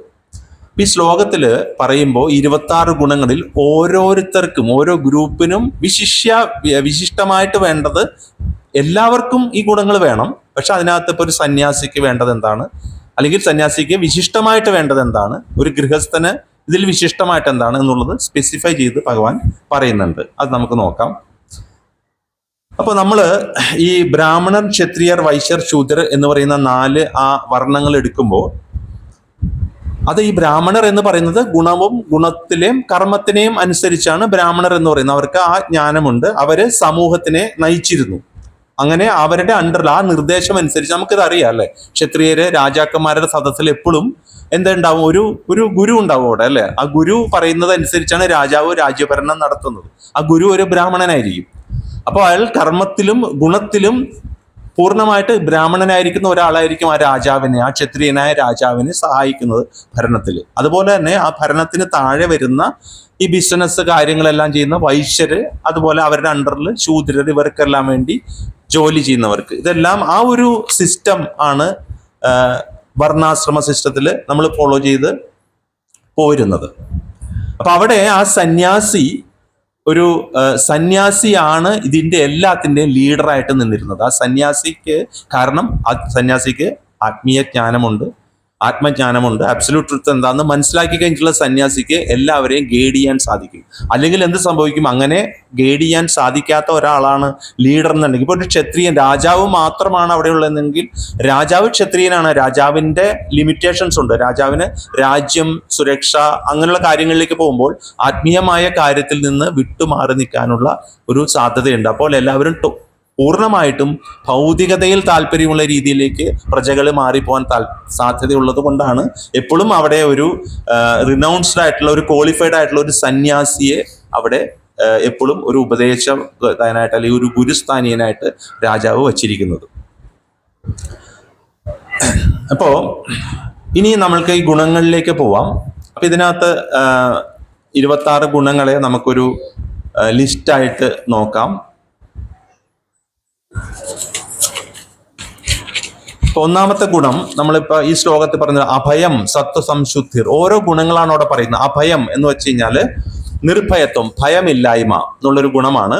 ഇത് പ്രധാനമായിട്ട് ഉദ്ദേശിച്ചിരിക്കുന്നത് സന്യാസി ആണ് ഉദ്ദേശിച്ചിരിക്കുന്നത്. സന്യാസിക്കുള്ള, അതായത് നേരത്തെ പറഞ്ഞ പോലെ നമ്മൾ ഓരോ വിഭാഗത്തിനെയും അവർക്ക് വേണ്ട വിശിഷ്ട ഗുണങ്ങൾ ഇതിനകത്ത് പറയുന്നത്. എല്ലാവർക്കും വേണ്ടതാണെങ്കിലും ഓരോ വിഭാഗത്തിനും. അപ്പൊ ആദ്യം പറയാൻ പോകുന്ന ഒരു 3 ഗുണങ്ങൾ, ഒന്നാമത്തെ ശ്ലോകത്തിലെ 3 ഗുണങ്ങൾ, അഭയം, സത്വസംശുദ്ധിർ, ജ്ഞാന, യോഗ, വ്യവസ്ഥിതി. ഇത് 3 സന്യാസിമാരെ ഉദ്ദേശിച്ചാണ്. ഇന്ന് വെച്ചാൽ നമ്മൾക്കിത് നോക്കണ്ട, നമ്മൾക്ക് ശ്രദ്ധിക്കേണ്ട എന്നല്ല. സന്യാസിമാർക്ക് വിശിഷ്ടമായിട്ട് വേണം, പക്ഷെ എല്ലാവർക്കും വേണ്ട ഗുണങ്ങൾ തന്നെയാണ്. ഒന്നാമത്തെയാണ് നിർഭയത്വം, സന്യാസി. കാരണം എന്തുകൊണ്ടാണ് അവിടെ സന്യാസിക്ക് ഒരു നിർഭയത്വം വേണ്ടത് എന്ന് വെച്ചാൽ ഭയമില്ലായ്മ. ആ ഭയമില്ലായ്മ വരേണ്ടതെന്ന് വെച്ചാൽ സന്യാസി ആശ്രയിക്കുന്നത് ആരെയാണ്? സന്യാസി ഭൗതികമായ സുഖങ്ങളെയോ രാജാവിനെയോ പ്രജകളെയോ ഒന്നും അല്ല ആശ്രയിക്കുന്നത്. ഭൗതികമായ ഒന്നിനെയും സന്യാസി ആശ്രയിക്കുന്നില്ല. സന്യാസി ആശ്രയിക്കുന്നത് പരമപുരുഷനെ തന്നെയാണ് അല്ലെ? ഭഗവാനിലാണ് പൂർണ്ണമായിട്ട് സമർപ്പിച്ചിട്ടാണ് ഒരു സന്യാസി, ഒരു യഥാർത്ഥ സന്യാസി ജീവിക്കുന്നത്. അപ്പൊ അങ്ങനെയുള്ള സന്യാസിക്കാണ് ആത്മജ്ഞാനം അതിന്റെ ഉത്തുംഗ ശൃംഗത്തിലുള്ളത് മറ്റുള്ളവരെ നയിച്ചു കൊണ്ടുപോകാൻ സാധിക്കുന്നത്. അപ്പോൾ ആ ഒരു സന്യാസിക്ക് വേണ്ട ഒരു ഗുണമാണ് നിർഭയത്വം അഥവാ അഭയം എന്ന് പറയുന്നത്. രണ്ടാമത്തെ ഗുണമാണ് അവിടെ പറഞ്ഞിട്ടുള്ളതാണ് സത്വ സംശുദ്ധിർ എന്ന് പറഞ്ഞു കഴിഞ്ഞാൽ അസ്തിത്വ ശുദ്ധി എന്ന് വെച്ചാൽ നമ്മൾ യമനിയമങ്ങളെ ആശ്രയിച്ച് തന്നെ നമ്മൾ ജീവിക്കുക. നമുക്ക് ശുദ്ധി ഉണ്ടായിരിക്കണം, എല്ലാ രീതിയിലും ശുദ്ധി ഉണ്ടായിരിക്കണം എന്നുള്ള ഒരു കാര്യമാണ് അവിടെ അസ്തിത്വ ശുദ്ധി എന്നതുകൊണ്ട് ഉദ്ദേശിക്കുന്നത്. ഈ അസ്തിത്വ ശുദ്ധിയെ കുറിച്ച് പറയുമ്പോൾ നമ്മൾ ഷോഡശ സംസ്കാരം എന്ന് കേട്ടിട്ടുണ്ടാവും അല്ലെ. 16 സംസ്കാരങ്ങളെ കുറിച്ച് നമുക്ക് ഇതിനകത്ത് നമ്മളുടെ സ്ക്രിപ്റ്റേഴ്സിലെല്ലാം പറയുന്നുണ്ട്. അപ്പോൾ അതിനകത്ത് വളരെ പ്രധാനമായിട്ടുള്ള ഒരു സംസ്കാരമാണ് ഗർഭധാന സംസ്കാരം എന്നുള്ളത്. ഇന്ന് നമുക്കറിയാം, ഇന്നിപ്പോൾ നമ്മളുടെ ഒരു ഏതൊക്കെ കമ്മ്യൂണിറ്റിയിൽ അത് എത്ര വിപുലമായിട്ടുണ്ട് എന്നറിയില്ല. വിവാഹത്തിന് മുന്നേ ഉള്ള ഒരു പൂർവ്വ വിവാഹ കൗൺസിൽ എന്ന് പറഞ്ഞ പലയിടത്തും നടക്കുന്നുണ്ട് അത് അല്ലെ. അത് പല കമ്മ്യൂണിറ്റീസിൽ നടക്കുന്നത്, പല റിലീജിയൻസിൽ നടക്കുന്നത്, പല ഗ്രൂപ്പുകളിലായിട്ടൊക്കെ നടക്കുന്നുണ്ട്. പക്ഷെ അത് അത്ര ഒരു എന്താ പറയുക, അത്ര ഒരു എഫക്റ്റീവായിട്ട് നടക്കുന്നുണ്ടോ എന്ന് ചോദിച്ചാൽ നടക്കുന്നില്ല. പക്ഷെ ശരിക്കും വളരെ എഫക്റ്റീവായിട്ട് നടക്കേണ്ട ഒരു കാര്യമാണത്. കാരണം അതിനകത്ത് ഇതിൻ്റെ എല്ലാം സോഴ്സ് എന്ന് പറയുന്നത് നമ്മുടെ കയ്യിൽ തന്നെ ഉണ്ട്. നമ്മൾക്ക് ആചാര്യന്മാരും നമ്മളുടെ ഗ്രന്ഥങ്ങളിൽ പറഞ്ഞിട്ടുണ്ട്. അപ്പൊ ഗർഭധാന സംസ്കാരത്തിൽ തന്നെ പറയുന്നുണ്ട്, ഇപ്പോൾ രണ്ടുപേർ വിവാഹം കഴിച്ച് ഒരു കുട്ടിയെ ജനിപ്പിക്കുമ്പോൾ ആ കുട്ടി കൃഷ്ണാവബോധത്തിൽ വളരുന്ന കുട്ടി ആകണമെങ്കിൽ അവരെ എങ്ങനെയായിരിക്കണം അവരുടെ ആ വിവാഹവും തുടർന്നുള്ള ബന്ധങ്ങളും എന്നുള്ള വളരെ വിശദമായി തന്നെ അതിനകത്ത് പറയുന്നുണ്ട്. അപ്പോൾ ഇതെല്ലാം നമുക്കുണ്ട്. പക്ഷെ അൺഫോർച്ചുനേറ്റ്ലി നമ്മളതൊന്നും ഫോളോ ചെയ്യുന്നില്ല എന്നുള്ളതാണ്. കാരണം നമ്മൾ പൂർണ്ണമായിട്ടും ഈ ഭൗതികമായ കാര്യങ്ങളിൽ അറ്റാച്ചായി പോകുമ്പോൾ ആ ജനിക്കുന്ന കുട്ടിയും അതുപോലെ തന്നെ, അതായത് ഇതിങ്ങനെ തുടർന്ന് പോരുകയാണ്. അപ്പോൾ നമ്മളൊരു കൃഷ്ണാവബോധത്തിൽ മുഴുകുന്ന അല്ലെങ്കിൽ കൃഷ്ണാബോധത്തിൽ ജീവിക്കുന്ന ഒരു കുട്ടിയെ വേണമെന്നുണ്ടെങ്കിൽ ആ കുട്ടിയെ സൃഷ്ടിക്കുന്ന അച്ഛനും അമ്മയ്ക്കും ചില സംസ്കാരങ്ങൾ ഫോളോ ചെയ്യേണ്ടതുണ്ട് എന്ന് വളരെ കൃത്യമായിട്ട് നമ്മളുടെ വേദങ്ങളിൽ, നമ്മളുടെ ഗ്രന്ഥങ്ങളിൽ പറയുന്നുണ്ട്. അതിൽ ഒന്നാണ് ഗർഭധാന സംസ്കാരം. ഒരു വിശദം അതിനകത്ത് 10 ഇവിടത്തെ പ്രഭാതർ പർപ്പട്ടിൽ പറയുന്നുണ്ട്. ഞാൻ ഇതെല്ലാം പറയുന്നത് പർപ്പട്ടിൽ നിന്നാണ്. ഇവിടെ പറയുന്നുണ്ട്, ഈ ശ്ലോകത്തിന്റെ അവസാന ശ്ലോകത്തില് അഭിജാതസ്യ എന്നൊരു പദം വളരെ പ്രധാനമുള്ള ഒരു കാര്യത്തിനെ കുറിച്ച് പ്രഭാതരെ വിശദമാക്കുന്നതിലൂടെ ദിവ്യഗുണജാതരായവരെ പറ്റി അഥവാ ദൈവിക പ്രവണതയുള്ളവരെ പറ്റി പറയുമ്പോൾ അഭിജാതസ്യ എന്ന പദം ഉപയോഗിച്ചത് ശ്രദ്ധേയമാണ്. എന്ന് വെച്ചാൽ ദൈവികതയാർന്ന ചുറ്റുപാടുകളിൽ സന്താനോൽപാദനം നടത്തുന്നതിനെയാണ് വൈദിക ഗ്രന്ഥങ്ങൾ ഗർഭധാന സംസ്കാരം എന്ന് പറയുന്നത്. ദൈവിക ഗുണങ്ങളോട് കൂടിയ പുത്രൻ ജനിക്കണമെങ്കിൽ അച്ഛനമ്മമാർ മനുഷ്യൻ സാമൂഹിക ജീവിതത്തിൽ അനുഷ്ഠിക്കേണ്ട 10 നിയമങ്ങൾ അനുസരിച്ചിരിക്കണം. അപ്പോൾ ഇത് ഗർഭധാന സംസ്കാരത്തിലാണ് ഇതിനെക്കുറിച്ച് വിശദമായി നിയമങ്ങളെ കുറിച്ചെല്ലാം പറഞ്ഞിരിക്കുന്നത്. അതുപോലെ തന്നെ 7.11 പറയുന്ന കാര്യം സന്താന ലാഭത്തിനായുള്ള ലൈംഗിക ജീവിതം കൃഷ്ണൻ തന്നെ എന്ന്. കൃഷ്ണൻ എന്തൊക്കെയാണ് അവിടെ നിന്ന് പറയുന്നുണ്ടല്ലോ, ഇത് ഇത് സൂര്യനാണ് ഞാൻ, അങ്ങനെ ഓരോന്നിനെ കുറിച്ച് പറയുന്നുണ്ട് അല്ലെ. ദേവന്മാരിൽ ഇന്ദ്രനാണ് ഞാൻ എന്ന് പറയുന്നിടത്ത് ഭഗവാൻ പറയുന്നുണ്ട് സന്താന ലാഭത്തിനായി മാത്രമുള്ള ലൈംഗിക ജീവിതവും കൃഷ്ണനാണ് എന്ന് പറയുന്നുണ്ട്. അപ്പോൾ ഈച്ച് ആൻഡ് എവറി പോയിന്റ് നമ്മുടെ ലൈഫിൽ നമ്മൾ എന്ത് ചെയ്യണം, അല്ലെങ്കിൽ നമ്മൾ ഒന്നും മാറ്റി നിർത്തേണ്ട എല്ലാത്തിനെ കുറിച്ചും ഭഗവാൻ വിശദമായിട്ട് പറഞ്ഞു തന്നിട്ടുണ്ട്. പക്ഷെ എവിടെയാണ് സംഭവിച്ചിരിക്കുന്നതെന്ന് വെച്ചാൽ, നമ്മൾ നേരത്തെ പറഞ്ഞ പോലെ നമ്മൾ ആ കല്ലിനകത്തു നിന്നുള്ള ആ ശില്പി എടുത്തു മാറ്റുന്ന കാര്യങ്ങളിലാണ് നമ്മുടെ ശ്രദ്ധ, അല്ലാതെ അതിനകത്തുള്ള ആ സുന്ദരമായ രൂപത്തിലല്ല നമ്മുടെ ശ്രദ്ധ. അപ്പോൾ ആ രൂപം ആർജിക്കാനായിട്ടാണ് ഈ ഗുണങ്ങളെ കുറിച്ചെല്ലാം ഇവിടെ വിശദമായിട്ട് പറയുന്നത്. അപ്പോൾ അസ്തിത്വ ശുദ്ധിയാണ് ഇപ്പൊ പറഞ്ഞത്.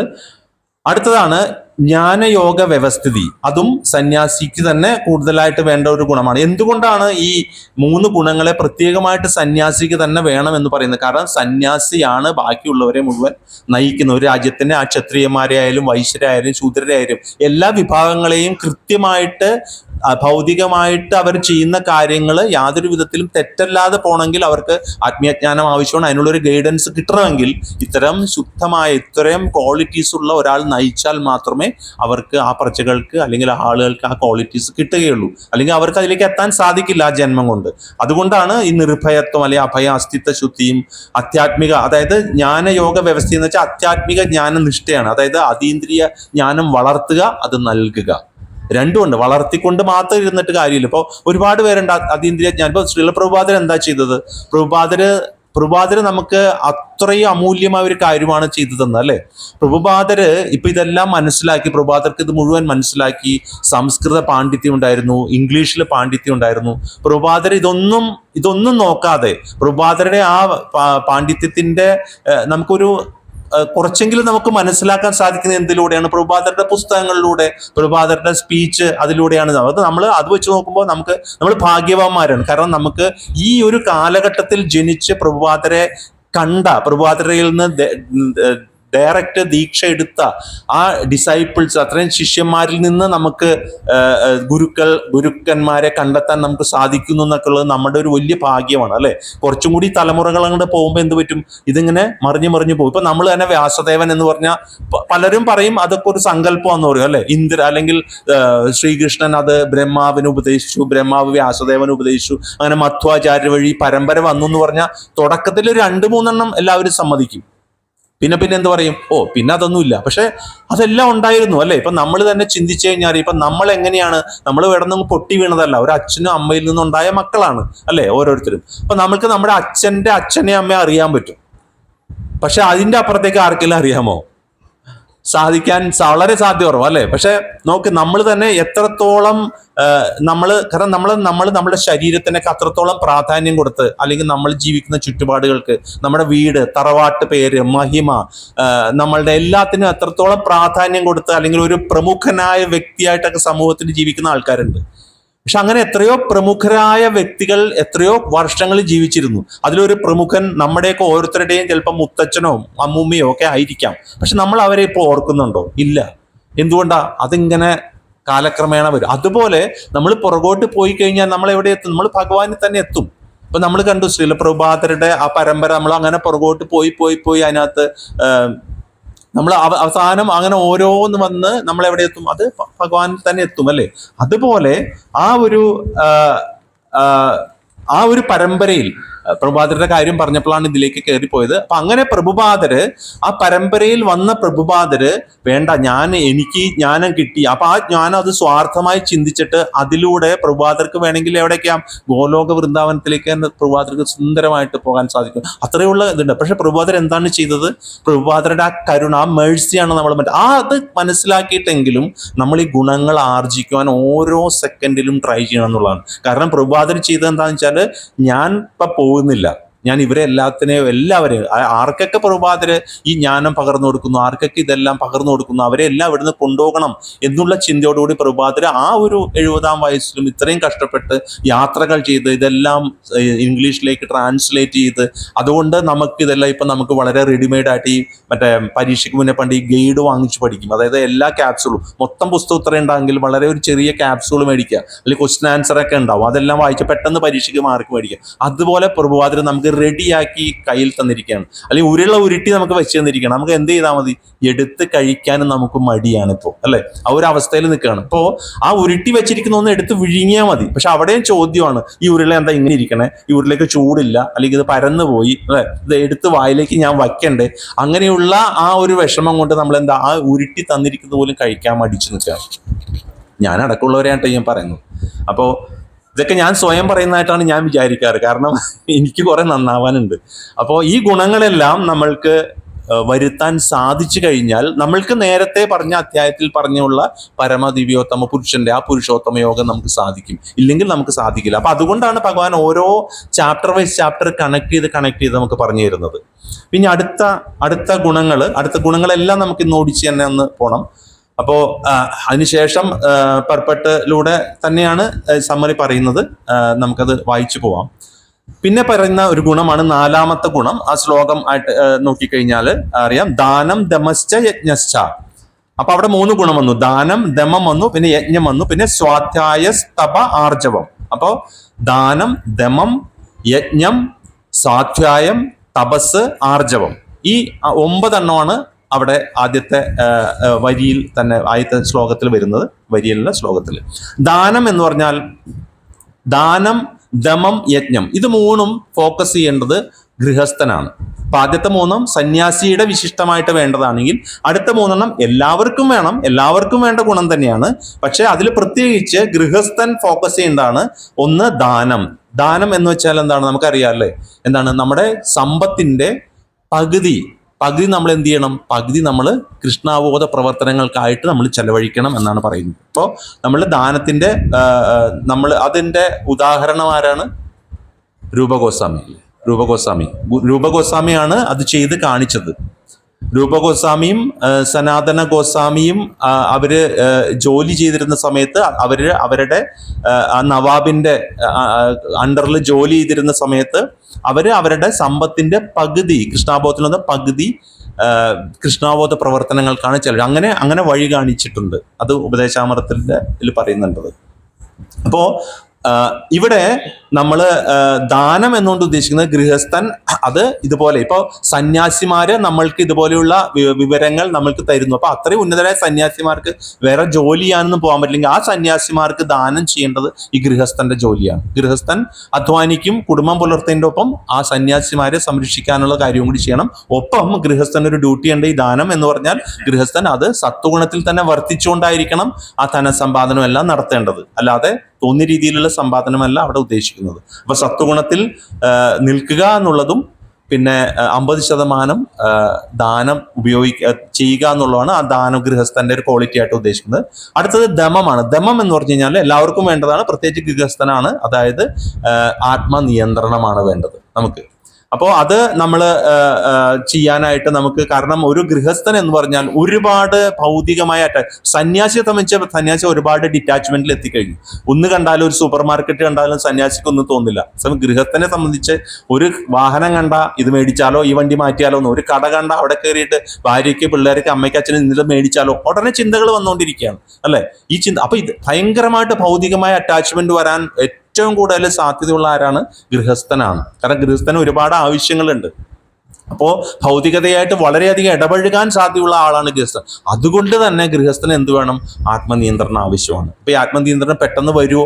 ഒരിക്കലും വരില്ല. ആത്മനിയന്ത്രണം വരണമെങ്കിൽ നമുക്ക് അതിനേക്കാൾ ഒരു ഹയർ ടേസ്റ്റ് കൊണ്ടുവരണം. അതിനുവേണ്ടി നമ്മൾ അത്രയ്ക്ക് നന്നായിട്ട് നമ്മൾ ആത്മാർത്ഥയോടെ നമ്മൾ നാമസങ്കീർത്തനം അല്ലെങ്കിൽ ഹരിനാമ ജപം നമ്മൾ ചെയ്തുകൊണ്ടേ ഇരുന്നാൽ മാത്രമേ നമുക്കത് കൊണ്ടുവരാൻ സാധിക്കൂ. അല്ലെങ്കിൽ ഒരു കാരണവശാലും വരില്ല. കാരണം നാളെ ആവട്ടെ എന്ന് വിചാരിക്കും. നമുക്ക് ജപം തുടങ്ങണോ? നാളെ ആവട്ടെ എന്ന് വിചാരിക്കും. കാരണം ഞാനൊരു ജപമൊക്കെ തുടങ്ങുമ്പോൾ നമുക്കൊരു ഹരമാണ്. ആരെങ്കിലും ഒക്കെ പുതിയതായിട്ട് നമ്മൾ പോലും ഒന്ന് ജപിക്കുമ്പോൾ നമുക്കൊരു ഭയങ്കര ഹരമുള്ളൊരു കാര്യമാണ്. അപ്പോൾ ദാമോദരാഷ്ടമൊക്കെ നടക്കുന്ന സമയത്ത് ദാമോദര മാസത്തിൽ 10-25 മാലയൊക്കെ വിതരണമൊക്കെ ചെയ്യാൻ സാധിച്ചു. ഒരുപാട് പേര് ആത്മാർത്ഥയോടെ മേടിച്ച്. അപ്പൊ ഞാൻ മാല കൊടുത്ത് ചിലരോടൊക്കെ ചോദിച്ചു, മാലയൊക്കെ കൊണ്ടുപോയിട്ട് ജപം തുടങ്ങിയോ? തുടങ്ങിയിട്ടില്ല, ഞാൻ തുടങ്ങും എന്ന് പറയും. അപ്പൊ ചിലർ തുടങ്ങി, ചിലർ ആൾറെഡി ചെയ്യുന്നുണ്ട്. അവർ സംശയം ചോദിക്കും, ഒരെണ്ണം ചെയ്യാൻ പറ്റുന്നുള്ളൂ, ഫോക്കസ് കിട്ടുന്നില്ല, ഒരെണ്ണമെങ്കിൽ ഒരെണ്ണം ചെയ്താൽ മതി, 16 റൗണ്ടൊന്നും ചെയ്യണ്ട, ഒരു മാല ചോദിച്ചാൽ. അപ്പൊ ചിലരോട് ചോദിക്കുമ്പോൾ പറയും, അപ്പൊ ഈ കഴിഞ്ഞ ദിവസം ഞാൻ ഒരാൾ ചോദിച്ചു, മാല കൊണ്ടുപോയിട്ട് ഇപ്പൊ കുറച്ച് മാസം ആയല്ലോ, നവംബറിലല്ലേ കൊണ്ടുപോയത്, ഇല്ല തുടങ്ങിയിട്ടില്ല, ഞാൻ തുടങ്ങാം, അവർ ഇത്തിരി തിരക്കുണ്ടെന്നോ. അതായത് നമ്മള് അങ്ങനെയാണെങ്കിൽ നാളെ കേരള സംസ്ഥാന ഭാഗത്തിയുടെ അറിയിപ്പ് പോലെ ഇരിക്കും. നാളെയാണ്, എല്ലാം നാളെ ആയിരിക്കും, ഒരിക്കലും എത്തില്ല. ഇന്ന് എന്നുള്ളൊരു കാര്യത്തിൽ പിടിച്ചാലേ നമുക്ക് സാധിക്കും. അപ്പോൾ നമ്മൾ ഈ ഒരു ആത്മാർത്ഥയോടുള്ള ജപം നമ്മൾ അപ്പോൾ ചെയ്താൽ മാത്രമേ നമുക്ക് ഈ ആത്മനിയന്ത്രണം നമുക്ക് സാധിക്കുകയുള്ളൂ. എന്നാലേ നമുക്ക് മനസ്സ് നമ്മുടെ കൺട്രോളിൽ കിട്ടിയുള്ളൂ. അപ്പോൾ നമ്മൾക്കറിയാം ഈ യുഗത്തിൽ ചെയ്യേണ്ട നമ്മളുടെ ആ സങ്കീർത്തന യജ്ഞം നമുക്ക് അത് ചെയ്തേ മതിയാവൂ.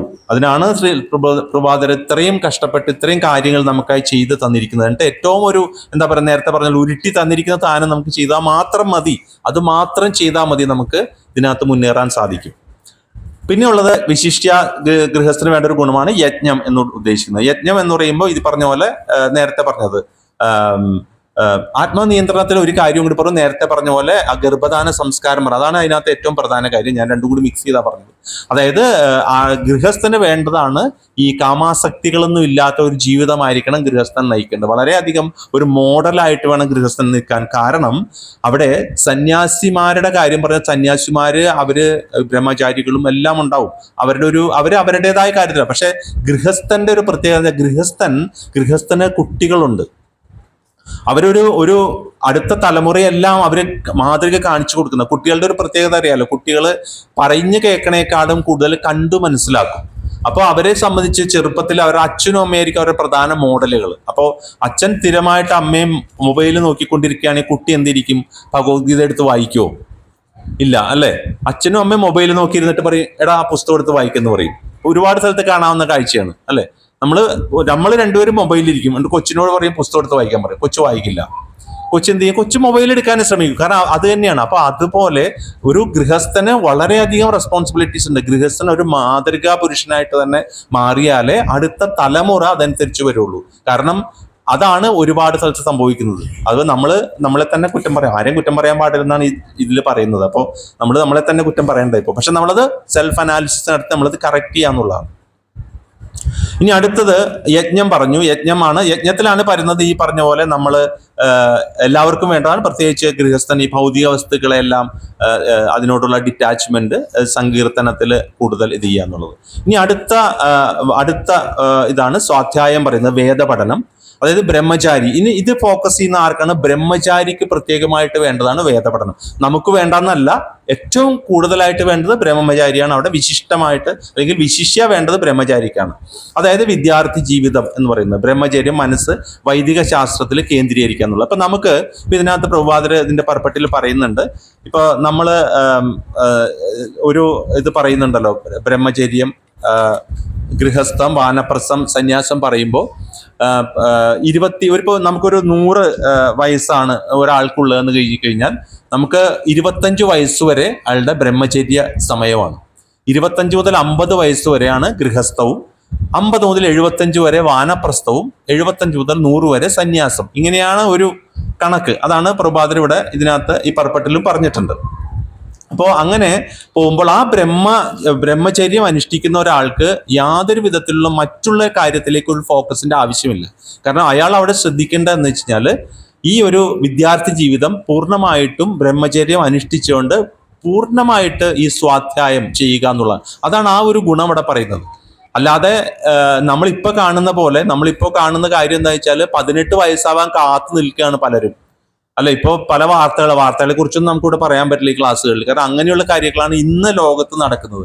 പെൺകുട്ടികൾ 18 വയസ്സാവാൻ കാത്തിരിക്കുകയാണ് പെട്ടെന്ന് കല്യാണം കഴിക്കാൻ അല്ലെങ്കിൽ ഒളിച്ചോടി പോകാനൊക്കെയുള്ള കാര്യങ്ങളാണ് ഇപ്പൊ നടക്കുന്നത്. സത്യമായ കാര്യങ്ങളാണ് ഇപ്പൊ നടക്കുകയാണ്. പക്ഷെ നമുക്കത് എന്താ പറയണം, ഒന്നും പറയാൻ. കാരണം വെച്ചാൽ ആ ഒരു സിസ്റ്റം അല്ല ഇപ്പൊ പോകുന്നത്.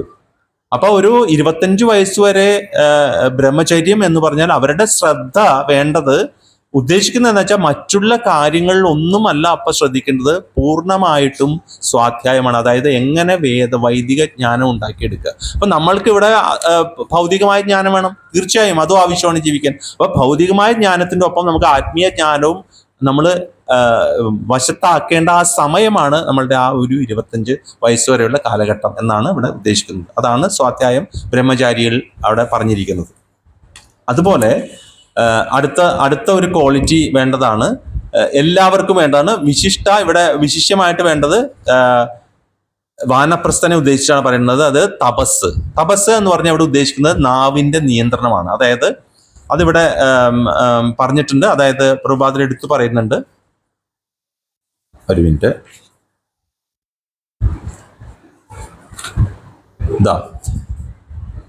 ഗാർഹസ്ഥ്യത്തിൽ നിന്ന് വിരമിച്ച ഒരാൾ ശരീര മനസ്സുകളെയും നാവിനെയും കർശനമായി നിയന്ത്രിക്കണം. ഇതാണ് തപസ്യ. അപ്പോ വാനപ്രസ്ഥൻ എന്ന് പറയുമ്പോൾ അയാള് ഗൃഹസ്ഥന്റെ കാര്യം നമ്മൾ പറഞ്ഞു, ബ്രഹ്മചര്യം കഴിഞ്ഞ് ഗൃഹസ്ഥന്റെ കാര്യങ്ങൾ നമ്മൾ ആദ്യത്തെ ക്വാളിറ്റീസ് പറഞ്ഞിരുന്നു. അപ്പൊ ഗൃഹസ്ഥന്റെ ഒരു 50 വയസ്സ് തുടങ്ങി 75 വയസ്സ് വരെ ഗൃഹസ്ഥൻ എന്റെ ഉത്തരവാദിത്വം എല്ലാം കഴിഞ്ഞു, പിള്ളേരൊക്കെ ഒരു നിലയില്ല, ഇനി എനിക്കെല്ലാം തോന്നിയതുപോലെ നടക്കാം എന്നുള്ളതല്ല. കാരണം അടുത്തത് എന്താ, സന്യാസത്തിന്റെ മുന്നേ ഉള്ള ഒരു സ്റ്റേജ് ആണ് അല്ലെ. അപ്പൊ ഗൃഹസ്ഥൻ ഇവിടെ ഡിറ്റാച്ച്മെന്റുകൾ ശീലിക്കേണ്ട സമയമാണ്. ഗൃഹസ്ഥൻ എല്ലാം ഉപേക്ഷിച്ച് എവിടേക്കെങ്കിലും ഓടി പോകണം എന്നല്ല അർത്ഥം. പക്ഷെ ജീവിതത്തിലെ ഓരോ കാര്യത്തിലും ഗൃഹസ്ഥൻ ഡിറ്റാച്ച്മെന്റ് സ്റ്റാർട്ട് ചെയ്യേണ്ട സ്റ്റേജാണ് വാനപ്രസ്ഥത്തിന്റെ തുടക്കം. അല്ലെങ്കിൽ വാനപ്രസ്ഥം എന്ന് പറയുന്നത് ഗൃഹസ്ഥന്റെ അടുത്ത സ്റ്റേജാണ്. അവിടെ അതുവരെ ജീവിച്ച പോലെയുള്ള കാര്യങ്ങളായിരിക്കില്ല, മറ്റുള്ളവരുടെ കാര്യങ്ങളെല്ലാം അവരവര് ആ ഒരു നിലയിൽ ആയിക്കഴിഞ്ഞിട്ടുണ്ട്. അപ്പൊ ഗൃഹസ്ഥൻ പിന്നെ സ്വന്തമായിട്ടുള്ള ഓരോ കാര്യത്തിൽ നിന്നും മനസ്സിനെ നിയന്ത്രിച്ച് കൊണ്ടുപോകേണ്ട ഒരു ആവശ്യമാണ്. അപ്പൊ അവിടെയാണ് പറയുന്നത് ഈ ഒരു നാവിന്റെ നിയന്ത്രണം എടുത്തു പറയുന്നത്. നമ്മൾ വളരെയധികം ശ്രദ്ധിക്കേണ്ട ഒരു സമയമാണ് ആ ഒരു വാനപ്രസ്ഥ സമയം എന്ന് പറയുന്നത്. ഇനി അടുത്ത ശ്ലോകത്തില്, ഇപ്പൊ ഈ ശ്ലോകത്തിന് അവസാനത്തെ ഒരു ക്വാളിറ്റി പറയുന്നുണ്ട്, ആർജവം എന്ന് പറഞ്ഞു കഴിഞ്ഞാൽ ലാളിത്യമാണ്. അതായത് വളരെ സിംപ്ലിസിറ്റി എന്നുള്ളതാണ് അവിടെ ഉദ്ദേശിക്കുന്നത്. അത് അടുത്ത ശ്ലോകമായിട്ട് കണക്ട് ചെയ്താണ് ശരിക്കും പറയാൻ നല്ലത്. കാരണം വെച്ചാൽ അടുത്ത ഒരു 12 ക്വാളിറ്റീസ് രണ്ടാമത്തെ ശ്ലോകത്തിൽ പറയുന്ന 9 ഇതിനകത്തുള്ള ഈ ആർജവും, പിന്നെ രണ്ടാമത്തെ ശ്ലോകത്തിലെ 11 ക്വാളിറ്റികളും പിന്നെ ഇതിനകത്തുള്ള ആർജവം ചേർത്ത് 12 ഗുണങ്ങൾ ഒരു ബ്രാഹ്മണന് വേണ്ട ഗുണങ്ങളാണ് പറയുന്നത്. എല്ലാവർക്കും വേണ്ടതാണ് ഈ ഗുണങ്ങൾ, നമ്മൾക്ക് എല്ലാവർക്കും വേണം. പക്ഷെ അതിനകത്ത് ബ്രാഹ്മണന് പ്രത്യേകിച്ചുള്ള ഗുണങ്ങളാണ്. സമയം ആവണു എന്ന് പറയാം. അപ്പോൾ അതിനകത്ത് ഒന്ന് ലാളിത്യമാണ്, അതായത് സിംപ്ലിസിറ്റി. രണ്ടാമത്തെ അഹിംസയാണ്. അഹിംസ എന്ന് പറയുന്ന ഗുണമാണ്, അതായത് ഒരു ജീവസത്തയുടെയും ക്രമേണയുള്ള ജീവിത പുരോഗതിയെ തടസ്സപ്പെടുത്താതിരിക്കുക എന്നുള്ളതാണ് അഹിംസ.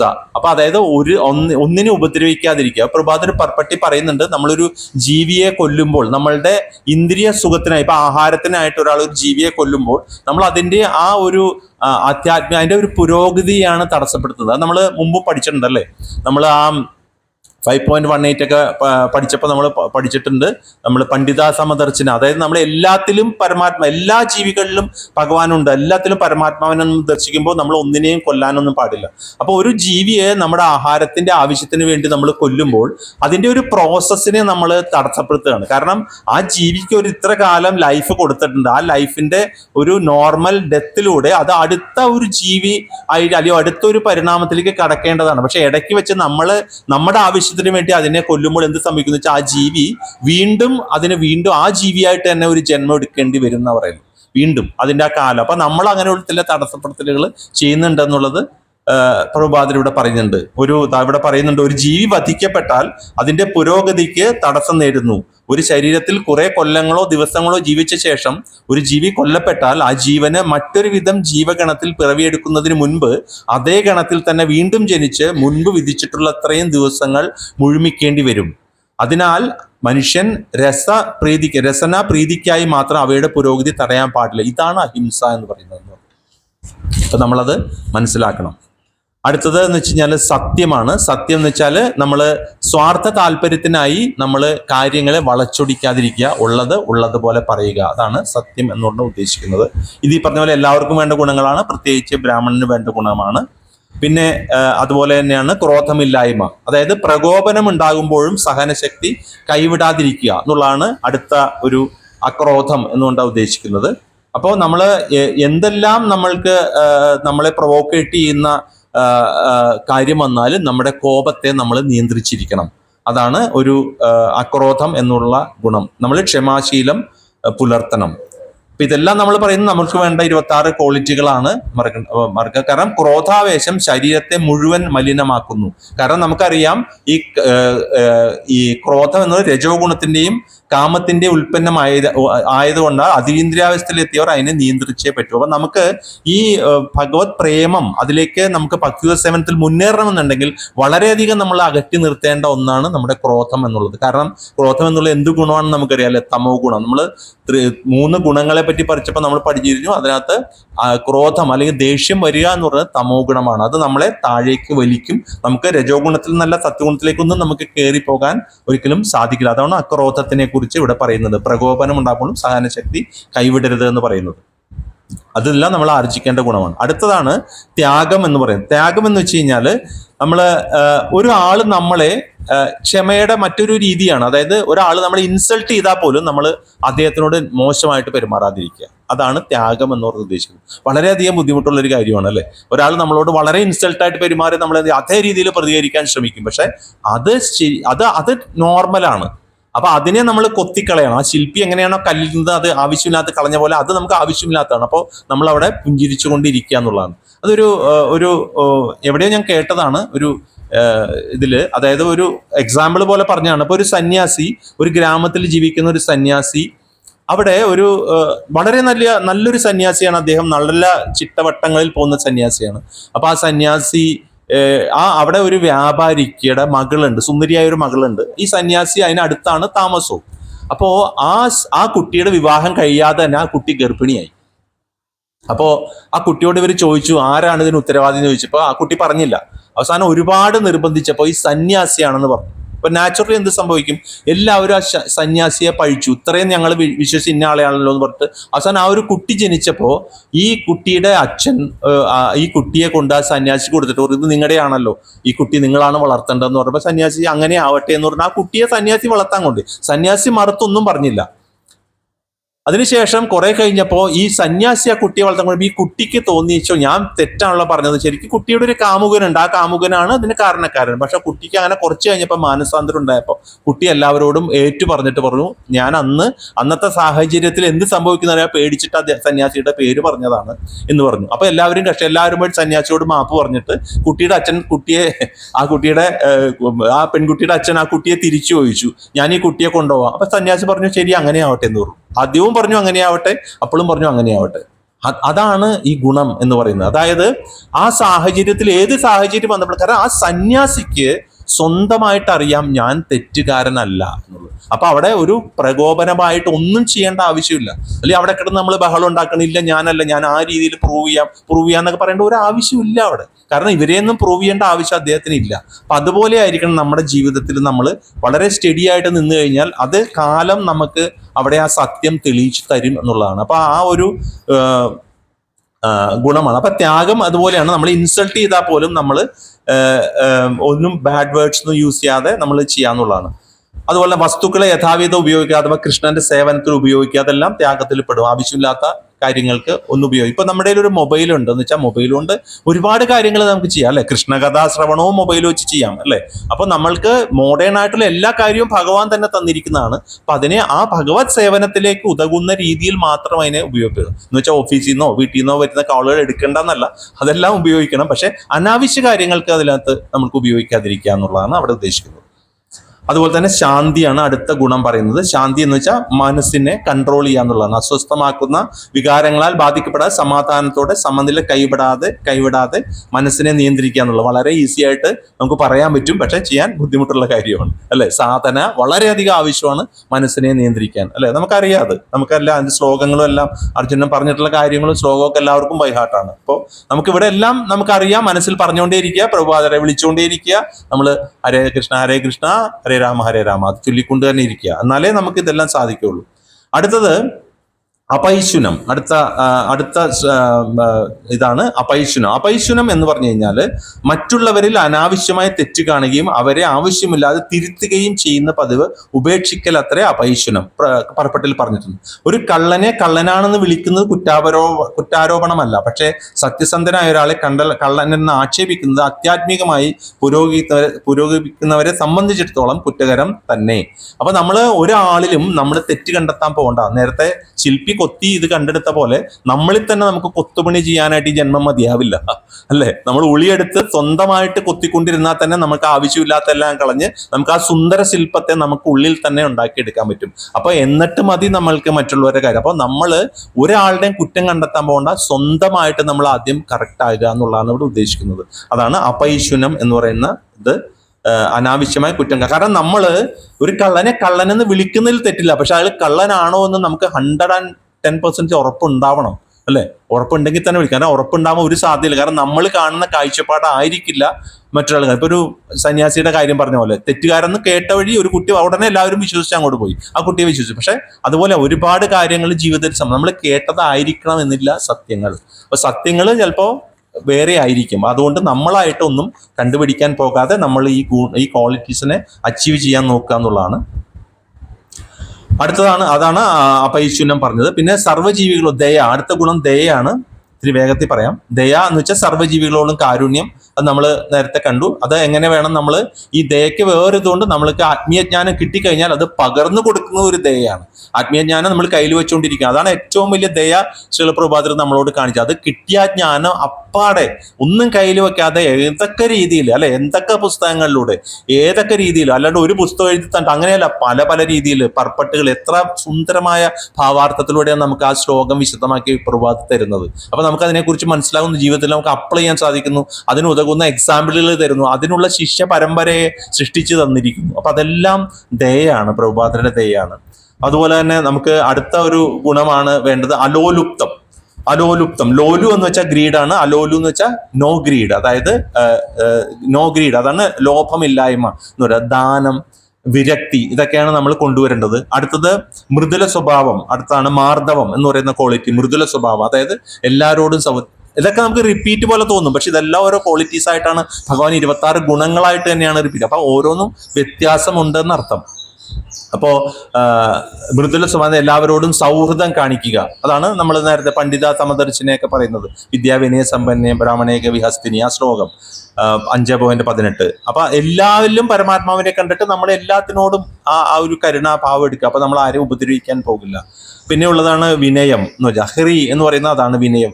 വെറുക്കത്തക്കതായ ഒന്നും ചെയ്യാതെ, നമ്മൾ ഒരാളെ വെറുപ്പിക്കുന്ന രീതിയിൽ ഒന്നും ചെയ്യാതിരിക്കുക. ആരെയും മനസ്സിന് വേദന ഇല്ലാതെ തന്നെ പോകണം എന്നാണ് പറയുന്നത്. പിന്നെ ഉള്ളത് സ്ഥിരനിശ്ചയം, അചാപലം. അചാപലം എന്ന് വെച്ചാൽ സ്ഥിരനിശ്ചയം ഉണ്ടായിരിക്കണം. അതായത് നമ്മളൊരു കാര്യത്തിൽ, അതാണ് എല്ലാവർക്കും വേണ്ടതാണ്. പ്രത്യേകിച്ച് ഇപ്പൊ ഈ സന്യാസിമാർക്കൊക്കെ ഉണ്ടാവും. അതായത് നമ്മളൊരു കാര്യം ചെയ്യുമ്പോൾ, നമ്മളൊരു കാര്യം ശ്രമിച്ചുകൊണ്ടിരിക്കുകയാണ്, അത് ശരിയായില്ല, ഉടനെ തന്നെ എല്ലാം പോയി, ആകെ മൂഡ് പോയി, ഇതായി അങ്ങനെ പോയി കഴിഞ്ഞാൽ ഒരു കാര്യമില്ല. പക്ഷെ വീണ്ടും വീണ്ടും പരിശ്രമിച്ചു കൊണ്ടേ ഇരുന്നു കഴിഞ്ഞാൽ നമുക്കത് സാധിക്കുന്നുള്ളതാണ്. അപ്പൊ അതാണ് അചാപലം എന്ന് പറയുന്നത്. സ്ഥിരനിശ്ചയം ഉണ്ടായിരിക്കണം നമുക്ക്. അങ്ങനെയാണെങ്കിൽ നമുക്കത് എത്ര തവണ പരാജയപ്പെട്ടാലും അതിലേക്ക് നമുക്ക് തിരിച്ച് എത്താനായിട്ട് നമുക്ക് സാധിക്കും എന്നുള്ളതാണ്. അപ്പോ മുമ്പ് ഞാൻ വർക്ക് ചെയ്യുന്ന കമ്പനിയിൽ ഖത്തറിൽ വെച്ചിട്ട് ഹിമാലയം കീഴടക്കിയ ഒരു വ്യക്തി അവിടെ വന്നിട്ടുണ്ട്. അദ്ദേഹത്തിന്റെ മാക്സിം ചായ എന്നാണ് അദ്ദേഹത്തിന്റെ പേര്. യൂട്യൂബിൽ ഗൂഗിളിൽ അടിച്ചാൽ കിട്ടും, മാക്സിം ചായ, CHY. ഈ മാക്സിം ചായ ഏത് നാഷണാലിറ്റി എന്ന് പറഞ്ഞു. അദ്ദേഹത്തിന്റെ ഒരു സ്പീച്ച് ഉണ്ടായിരുന്നു. അപ്പൊ അതിനകത്ത് പറയുന്നത് ഹിമാലയം കയറുകയാണ്. അപ്പോൾ എവറസ്റ്റ് അങ്ങനെ കയറാനായിട്ട് ഇദ്ദേഹം അങ്ങനെ പോകുമ്പോൾ ഒരുപാട്, അതായത് ആ ഗ്രൂപ്പിൽ ഒരുപാട് പേര് മരിച്ചു പോകുന്ന കാര്യമെല്ലാം പറയുന്നത്, എല്ലാം വളരെ വിശദമായ ഒരു ഇതായിരുന്നു. അത് സ്ലൈഡൊക്കെ വെച്ചിട്ടുള്ള ഇതായിരുന്നു. ഭയങ്കര ഇതാണ്. അപ്പൊ ജീവിതത്തിൽ നമ്മളെ എങ്ങനെ മുന്നേറണം എന്ന് പറയുന്നത് ഇതുപോലെ ആ സ്ഥിര നിശ്ചയം. അപ്പോൾ അദ്ദേഹം പറയായിരുന്നു, അപ്പൊ അങ്ങനെ പോകുമ്പോൾ കൂടെയുള്ള ആൾ വരെ വീണ് പോകുന്ന കാഴ്ചകളുണ്ട്. അവരവിടെ കിടക്കും. പിന്നെ ഐസ് ആയതുകൊണ്ട് ആർക്കും ബോഡിക്കൊന്നും സംഭവിക്കില്ല, അവരവിടെ തന്നെ കിടക്കും വർഷങ്ങൾ. പിന്നീടൊക്കെ ആയിരിക്കും വന്ന് എടുക്കുന്നത്. അപ്പൊ അങ്ങനെ പോകുമ്പോൾ പറയുന്ന ഒരു കാര്യം ഇതാണ്, ആ ഒരു പല പോയിന്റിലും തോന്നിയിട്ടുണ്ട് മതിയാക്കിയാലോ എന്ന് തോന്നുന്നുണ്ട്. പക്ഷെ അപ്പോഴും മനസ്സിനെ ഉറപ്പിക്കുകയാണ്, ഇല്ല എനിക്ക് ആ ഗോൾ എത്തണം എന്നുള്ള ആ ഒരു സ്ഥിര നിശ്ചയം ഉള്ളവർ മാത്രമേ. അപ്പൊ ഒരു 60 പേര് പോകണമെങ്കിൽ ചിലപ്പോൾ 6 പേര് പോലും ചിലപ്പോൾ മുകളിൽ എത്തിയെന്ന് വരില്ല. ഇത് തന്നെയാണ് നമ്മളുടെ ആത്മീയതയിലും വരുന്നത്, അല്ലെ? നമുക്ക് തുടക്കത്തിലൊക്കെ ഒരുപാട് പേരുണ്ടാവും, പക്ഷെ കുറച്ച് കഴിയുമ്പോൾ കുറച്ചുപേർ പോയി. കാരണം എല്ലാവർക്കും അന്ന് മുന്നേറാൻ സാധിക്കില്ല. എന്തുകൊണ്ടാണ്? ഈ ഒരു ക്വാളിറ്റിയാണ്, സ്ഥിര നിശ്ചയം എന്ന് പറയുന്ന ഒരു ക്വാളിറ്റി നമുക്ക് ഉണ്ടായിരിക്കണം. അത് ഉറപ്പിച്ചു നിർത്തിയാൽ നമുക്ക്, അതാണ് അചാപലം എന്ന് പറയുന്നത്. ഇനി അടുത്ത ശ്ലോകത്തിലേക്ക് കടക്കുകയാണ്. അടുത്ത ശ്ലോകം, അവസാനത്തെ ശ്ലോകത്തിൽ പറയുന്ന ക്വാളിറ്റീസ് ആണ് തേജ, ക്ഷമ, ധൃതി. തേജസ്, ക്ഷമ, ധൃതി, പിന്നെ ശൗചം, അദ്രോഹം, പിന്നെ അതിമാനിത. ഈ 6 കൂടി പറഞ്ഞു കഴിഞ്ഞാൽ ആ ക്വാളിറ്റീസ് 26. 20 നമ്മൾ പറഞ്ഞു. ഈ തേജസ് എന്ന് പറഞ്ഞാൽ ശക്തിയാണ്. നേരത്തെ പറഞ്ഞ പോലെ എല്ലാവർക്കും വേണ്ടതാണ്, പ്രത്യേകിച്ച് ക്ഷത്രിയന് വേണ്ട ഗുണമാണ്. അതായത് ശക്തി എന്തിനാണ്? സംരക്ഷണം നൽകാനുള്ള കഴിവ്, അല്ലെ? അത് നമുക്ക് ആവശ്യം, എല്ലാവർക്കും വേണം. അത് ഇപ്പൊ ഒരു ഗൃഹസ്ഥനും ശക്തി വേണം, അല്ലെ? തേജസ് വേണം. ഒരു സന്യാസിക്ക് വേണ്ട, എല്ലാവർക്കും വേണം ഇത്. പ്രത്യേകിച്ച് ക്ഷത്രിയന് വേണ്ട എന്തുകൊണ്ടാണെന്ന് വെച്ചാൽ പ്രജകളെ കൂടുതൽ സംരക്ഷിക്കാനുണ്ട്. ഗൃഹസ്ഥനും വേണം, കാരണം വീട്ടിലുള്ളവരെയും കുടുംബത്തിലെയും സുഹൃത്തുക്കളെയും ഒരുപാട് പേരെ സത്വഗുണത്തിലുള്ള പലരെയും സംരക്ഷിക്കാനുണ്ട്. അപ്പൊ അതുകൊണ്ട് അത് എല്ലാവർക്കും വേണ്ട ഗുണമാണ്, പ്രത്യേകിച്ച് ക്ഷത്രിയനാണ്. അടുത്ത 2 ഗുണങ്ങളും കൂടി ക്ഷത്രിയനുള്ളതാണ്. ഒന്ന് ക്ഷമ പറയുന്നു. വീണ്ടും ക്ഷമ എന്ന് പറഞ്ഞു കഴിഞ്ഞാൽ കരുണയോടെ മാപ്പ് കൊടുക്കുക, ചെറിയ തെറ്റുകളെ ക്ഷമിക്കുക. അതാണ് ക്ഷത്രിയന് വേണ്ട ഗുണം, എല്ലാവർക്കും വേണ്ടത് തന്നെയാണ്. അപ്പൊ ചെറിയ തെറ്റുകളൊക്കെ ക്ഷമിച്ച് കരുണയോടെ മാപ്പ് കൊടുക്കുക എന്നുള്ളതാണ്. പിന്നെ ഉള്ളത് ധൃതി. ധൃതി എന്ന് വെച്ചാൽ ധൈര്യമാണ്. അതായത് പ്രത്യേകിച്ച് ക്ഷത്രിയന് എല്ലാവർക്കും വേണം. ബുദ്ധിമുട്ടുള്ള സാഹചര്യങ്ങൾ വരുമ്പോൾ മാനസികവും വൈകാരികവുമായ ബലം, അതാണ് ധൃതി എന്ന് പറയുന്നത് ഉദ്ദേശിക്കുന്ന ധൈര്യം. പിന്നെ വേണ്ടത് വൈശ്യരുടെ ഒരു ഗുണം എടുത്തു പറയുന്നുണ്ട്, ശൗചം. എല്ലാവർക്കും വേണ്ടതാണ്, പ്രത്യേകിച്ച് വൈശ്യർക്ക് വേണ്ടതാണ്.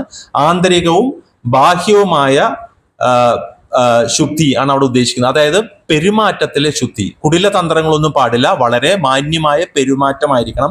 അകത്തും പുറത്തും മനസ്സും ഹൃദയം ശുദ്ധമായിരിക്കണം. അകം എങ്ങനെ നമ്മൾ കുളിച്ച് ശരീരം ശുദ്ധീകരിക്കുന്നു, അതുപോലെ മനസ്സും ശുദ്ധീകരിക്കണം. അത് പറയാൻ എളുപ്പമാണ്. നേരത്തെ പറഞ്ഞ പോലെ നമുക്ക് എന്ത് വേണം? നമുക്ക് വളരെയധികം സാധന ആവശ്യമുള്ള കാര്യങ്ങളാണ് ഈ ക്വാളിറ്റികളെല്ലാം തന്നെ. പിന്നെ അസൂയാരാഹിത്യം, അതാണ് അദ്രോഹം എന്ന് വെച്ചാൽ ആരെയും ദ്രോഹിക്കാതിരിക്കുക. അത് വൈശ്യരുടെ ഒരു ഗുണം, വൈശ്യർക്ക് വിശിഷ്യ വേണ്ട ഒരു ഗുണമാണ്. ആരെയും ദ്രോഹിക്കാതിരിക്കുക, മറ്റുള്ളവരുടെ നീരസം അങ്ങോട്ട് ഇല്ലാതിരിക്കുക. പിന്നെ അവസാനമായിട്ട് പറയുന്ന 26-ാമത്തെയാണ് നാതിമാന്യത. അത് ശൂദ്രർക്ക് പ്രത്യേകിച്ച് വേണ്ടതെന്ന് പറയുന്നു. ബഹുമതി വേണമെന്ന ആഗ്രഹമില്ലായ്മ. തീർച്ചയായും, കാരണം നമ്മളുടെ അറിയാം, ആ ഒരു വർണ്ണാശ്രമ സിസ്റ്റത്തിൽ ശൂദ്രരെ എല്ലാവർക്കും വേണ്ടി സേവനം ചെയ്യുമ്പോൾ ശൂദ്രര് കാണും ചിലരെ ഒക്കെ പ്രത്യേകം മാനിക്കുക. അപ്പൊ അത് കണ്ടിട്ട് അവരെയൊക്കെ മാനിക്കുന്ന പോലെ ഞാൻ മാനിക്കപ്പെടുന്നില്ലല്ലോ എന്നൊരു തോന്നൽ വരേണ്ട ആവശ്യമില്ല എന്നവർ. അങ്ങനെ മറ്റുള്ളവരുടെ ബഹുമതി എനിക്കും കിട്ടണം, അല്ലെങ്കിൽ ഞാൻ അങ്ങനെ ഒരു ആവശ്യമില്ല. നമ്മളത് പ്രതീക്ഷിക്കാതെ തന്നെ ചെയ്യണം എന്നുള്ളതാണ് ഈ അവസാനത്തെ ഗുണം കൊണ്ട് ഉദ്ദേശിക്കുന്നത്. അപ്പോൾ എനിക്കറിയാം ഇത് വളരെ സ്പീഡായിട്ടാണ് പറഞ്ഞിരിക്കുന്നത്, ഒരു ലിസ്റ്റ് പോലെ പറയേണ്ടി വന്നു. പക്ഷേ ഈ ഓരോന്നിനെയും കുറിച്ച് വിശദമായിട്ട് നമുക്ക് പറയാനും സാധിക്കും, എങ്കിലും നമ്മളുടെ സമയക്കുറവ് കൊണ്ടാണ് നമ്മളത് പറഞ്ഞത്. അപ്പോൾ നേരത്തെ ആദ്യം പറഞ്ഞ ഒരു കാര്യം കൂടി പറഞ്ഞുകൊണ്ട് നിർത്താം. ഈ 26 ഗുണങ്ങളും നമ്മൾ എല്ലാവരിലും ഉണ്ട്. എങ്ങനെയാണോ ശില്പി ഒരു കല്ലിൽ നിന്ന് ആവശ്യമില്ലാത്തതിനെ കൊത്തിക്കളഞ്ഞ് അവിടെ ആവശ്യമുള്ള ആ സുന്ദര രൂപത്തെ കൊണ്ടുവന്നു എന്ന് പറഞ്ഞ പോലെ നമ്മളിലെല്ലാം ഈ 26 ഗുണങ്ങളും ഉണ്ട്. ഇനി വരാൻ പോകുന്ന 4 മുതൽ 20 വരെ പറയുന്ന ആസുരി ഗുണങ്ങളും ഉണ്ട്. അപ്പൊ നമ്മൾ കളയേണ്ടത് എന്താണെന്ന് മനസ്സിലാക്കാനായിട്ടാണ് ഇവിടെ ഈ ഗുണങ്ങളെ എടുത്ത് ഭഗവാൻ പറയുന്നുണ്ട്. അപ്പൊ നമുക്ക് ചെയ്യേണ്ടത് എന്തൊക്കെയാണ്? നമുക്ക് ഹരേ കൃഷ്ണ മഹാമന്ത്ര ജപം നമ്മൾ ചെയ്യണം, അല്ലെ? സങ്കീർത്തനം ചെയ്യണം, നമ്മൾ ഭഗവത്ഗീത പഠനം നമ്മൾ നടത്തണം, ഭാഗവതം പഠിക്കണം, നമ്മൾ സത്സംഗം, കൃഷ്ണപ്രസാദം, ഇതെല്ലാം നമ്മൾ ശീലിച്ചു കഴിഞ്ഞാൽ ഗ്രാജുവലി നമ്മൾക്ക് ക്രമേണ നമ്മൾക്ക് ഈ പറഞ്ഞ 26 ഗുണങ്ങളിലേക്കും ആ ഗുണങ്ങൾ ആർജിക്കാൻ സാധിക്കും, അല്ലെങ്കിൽ നമ്മളിലുള്ള ഈ ഗുണങ്ങളെ പുറത്തേക്ക് കൊണ്ടുവരാൻ നമുക്ക് സാധിക്കും എന്നാണ് ഇതിലൂടെ ഭഗവാൻ നമുക്ക് വിശദമാക്കി തരുന്നതും. വളരെ ഡീറ്റെയിൽ ആയിട്ടുള്ള പർപ്പട്ട് എല്ലാവരും തീർച്ചയായും വായിക്കണം. ഞാൻ അതിൻ്റെ പ്രസക്ത ഭാഗങ്ങളാണ് വായിച്ചു പോയത്, മുഴുവനായിട്ടും വായിക്കേണ്ട ഒരു പർപ്പട്ടാണ്. വളരെ നമുക്ക് അത്യാവശ്യം വേണ്ട കാര്യമാണ്. 26 ഗുണങ്ങളും ആർജിക്കേണ്ടത് തന്നെയാണ്. എന്നാലേ മാത്രമേ നമ്മൾക്ക് പ്രഭാതന്റെ മിഷനിൽ നമുക്കത് കംപ്ലീറ്റ് ചെയ്യാനും സാധിക്കൂ. എന്നാൽ മാത്രമേ നമുക്ക് അടുത്തൊരാളെ ഇതിലേക്ക് നമുക്ക് കൊണ്ടുവരാനും ഈ ഗുണങ്ങൾ കൈമാറാനും നമുക്ക് സാധിക്കുകയുള്ളൂ, നമുക്ക് ഉയരാനും സാധിക്കുകയുള്ളൂ. ഇത് പറഞ്ഞുകൊണ്ട് നിർത്തുന്നു. ഹരേ കൃഷ്ണ. ആർക്കെങ്കിലും എന്തെങ്കിലും ചോദിക്കാനുണ്ടോ? സംശയം എന്തെങ്കിലും ഉണ്ടോ? ഈ പറഞ്ഞതിൽ എന്തെങ്കിലും ഉണ്ടെങ്കിൽ ചോദിക്കാം, ഇല്ലെങ്കിൽ വാങ്ങിച്ച് പറയാം.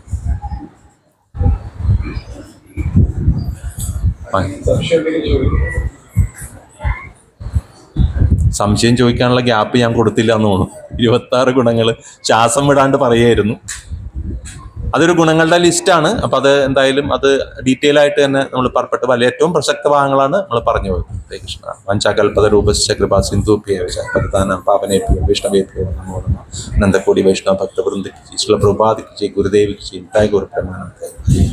ഹരേ കൃഷ്ണ.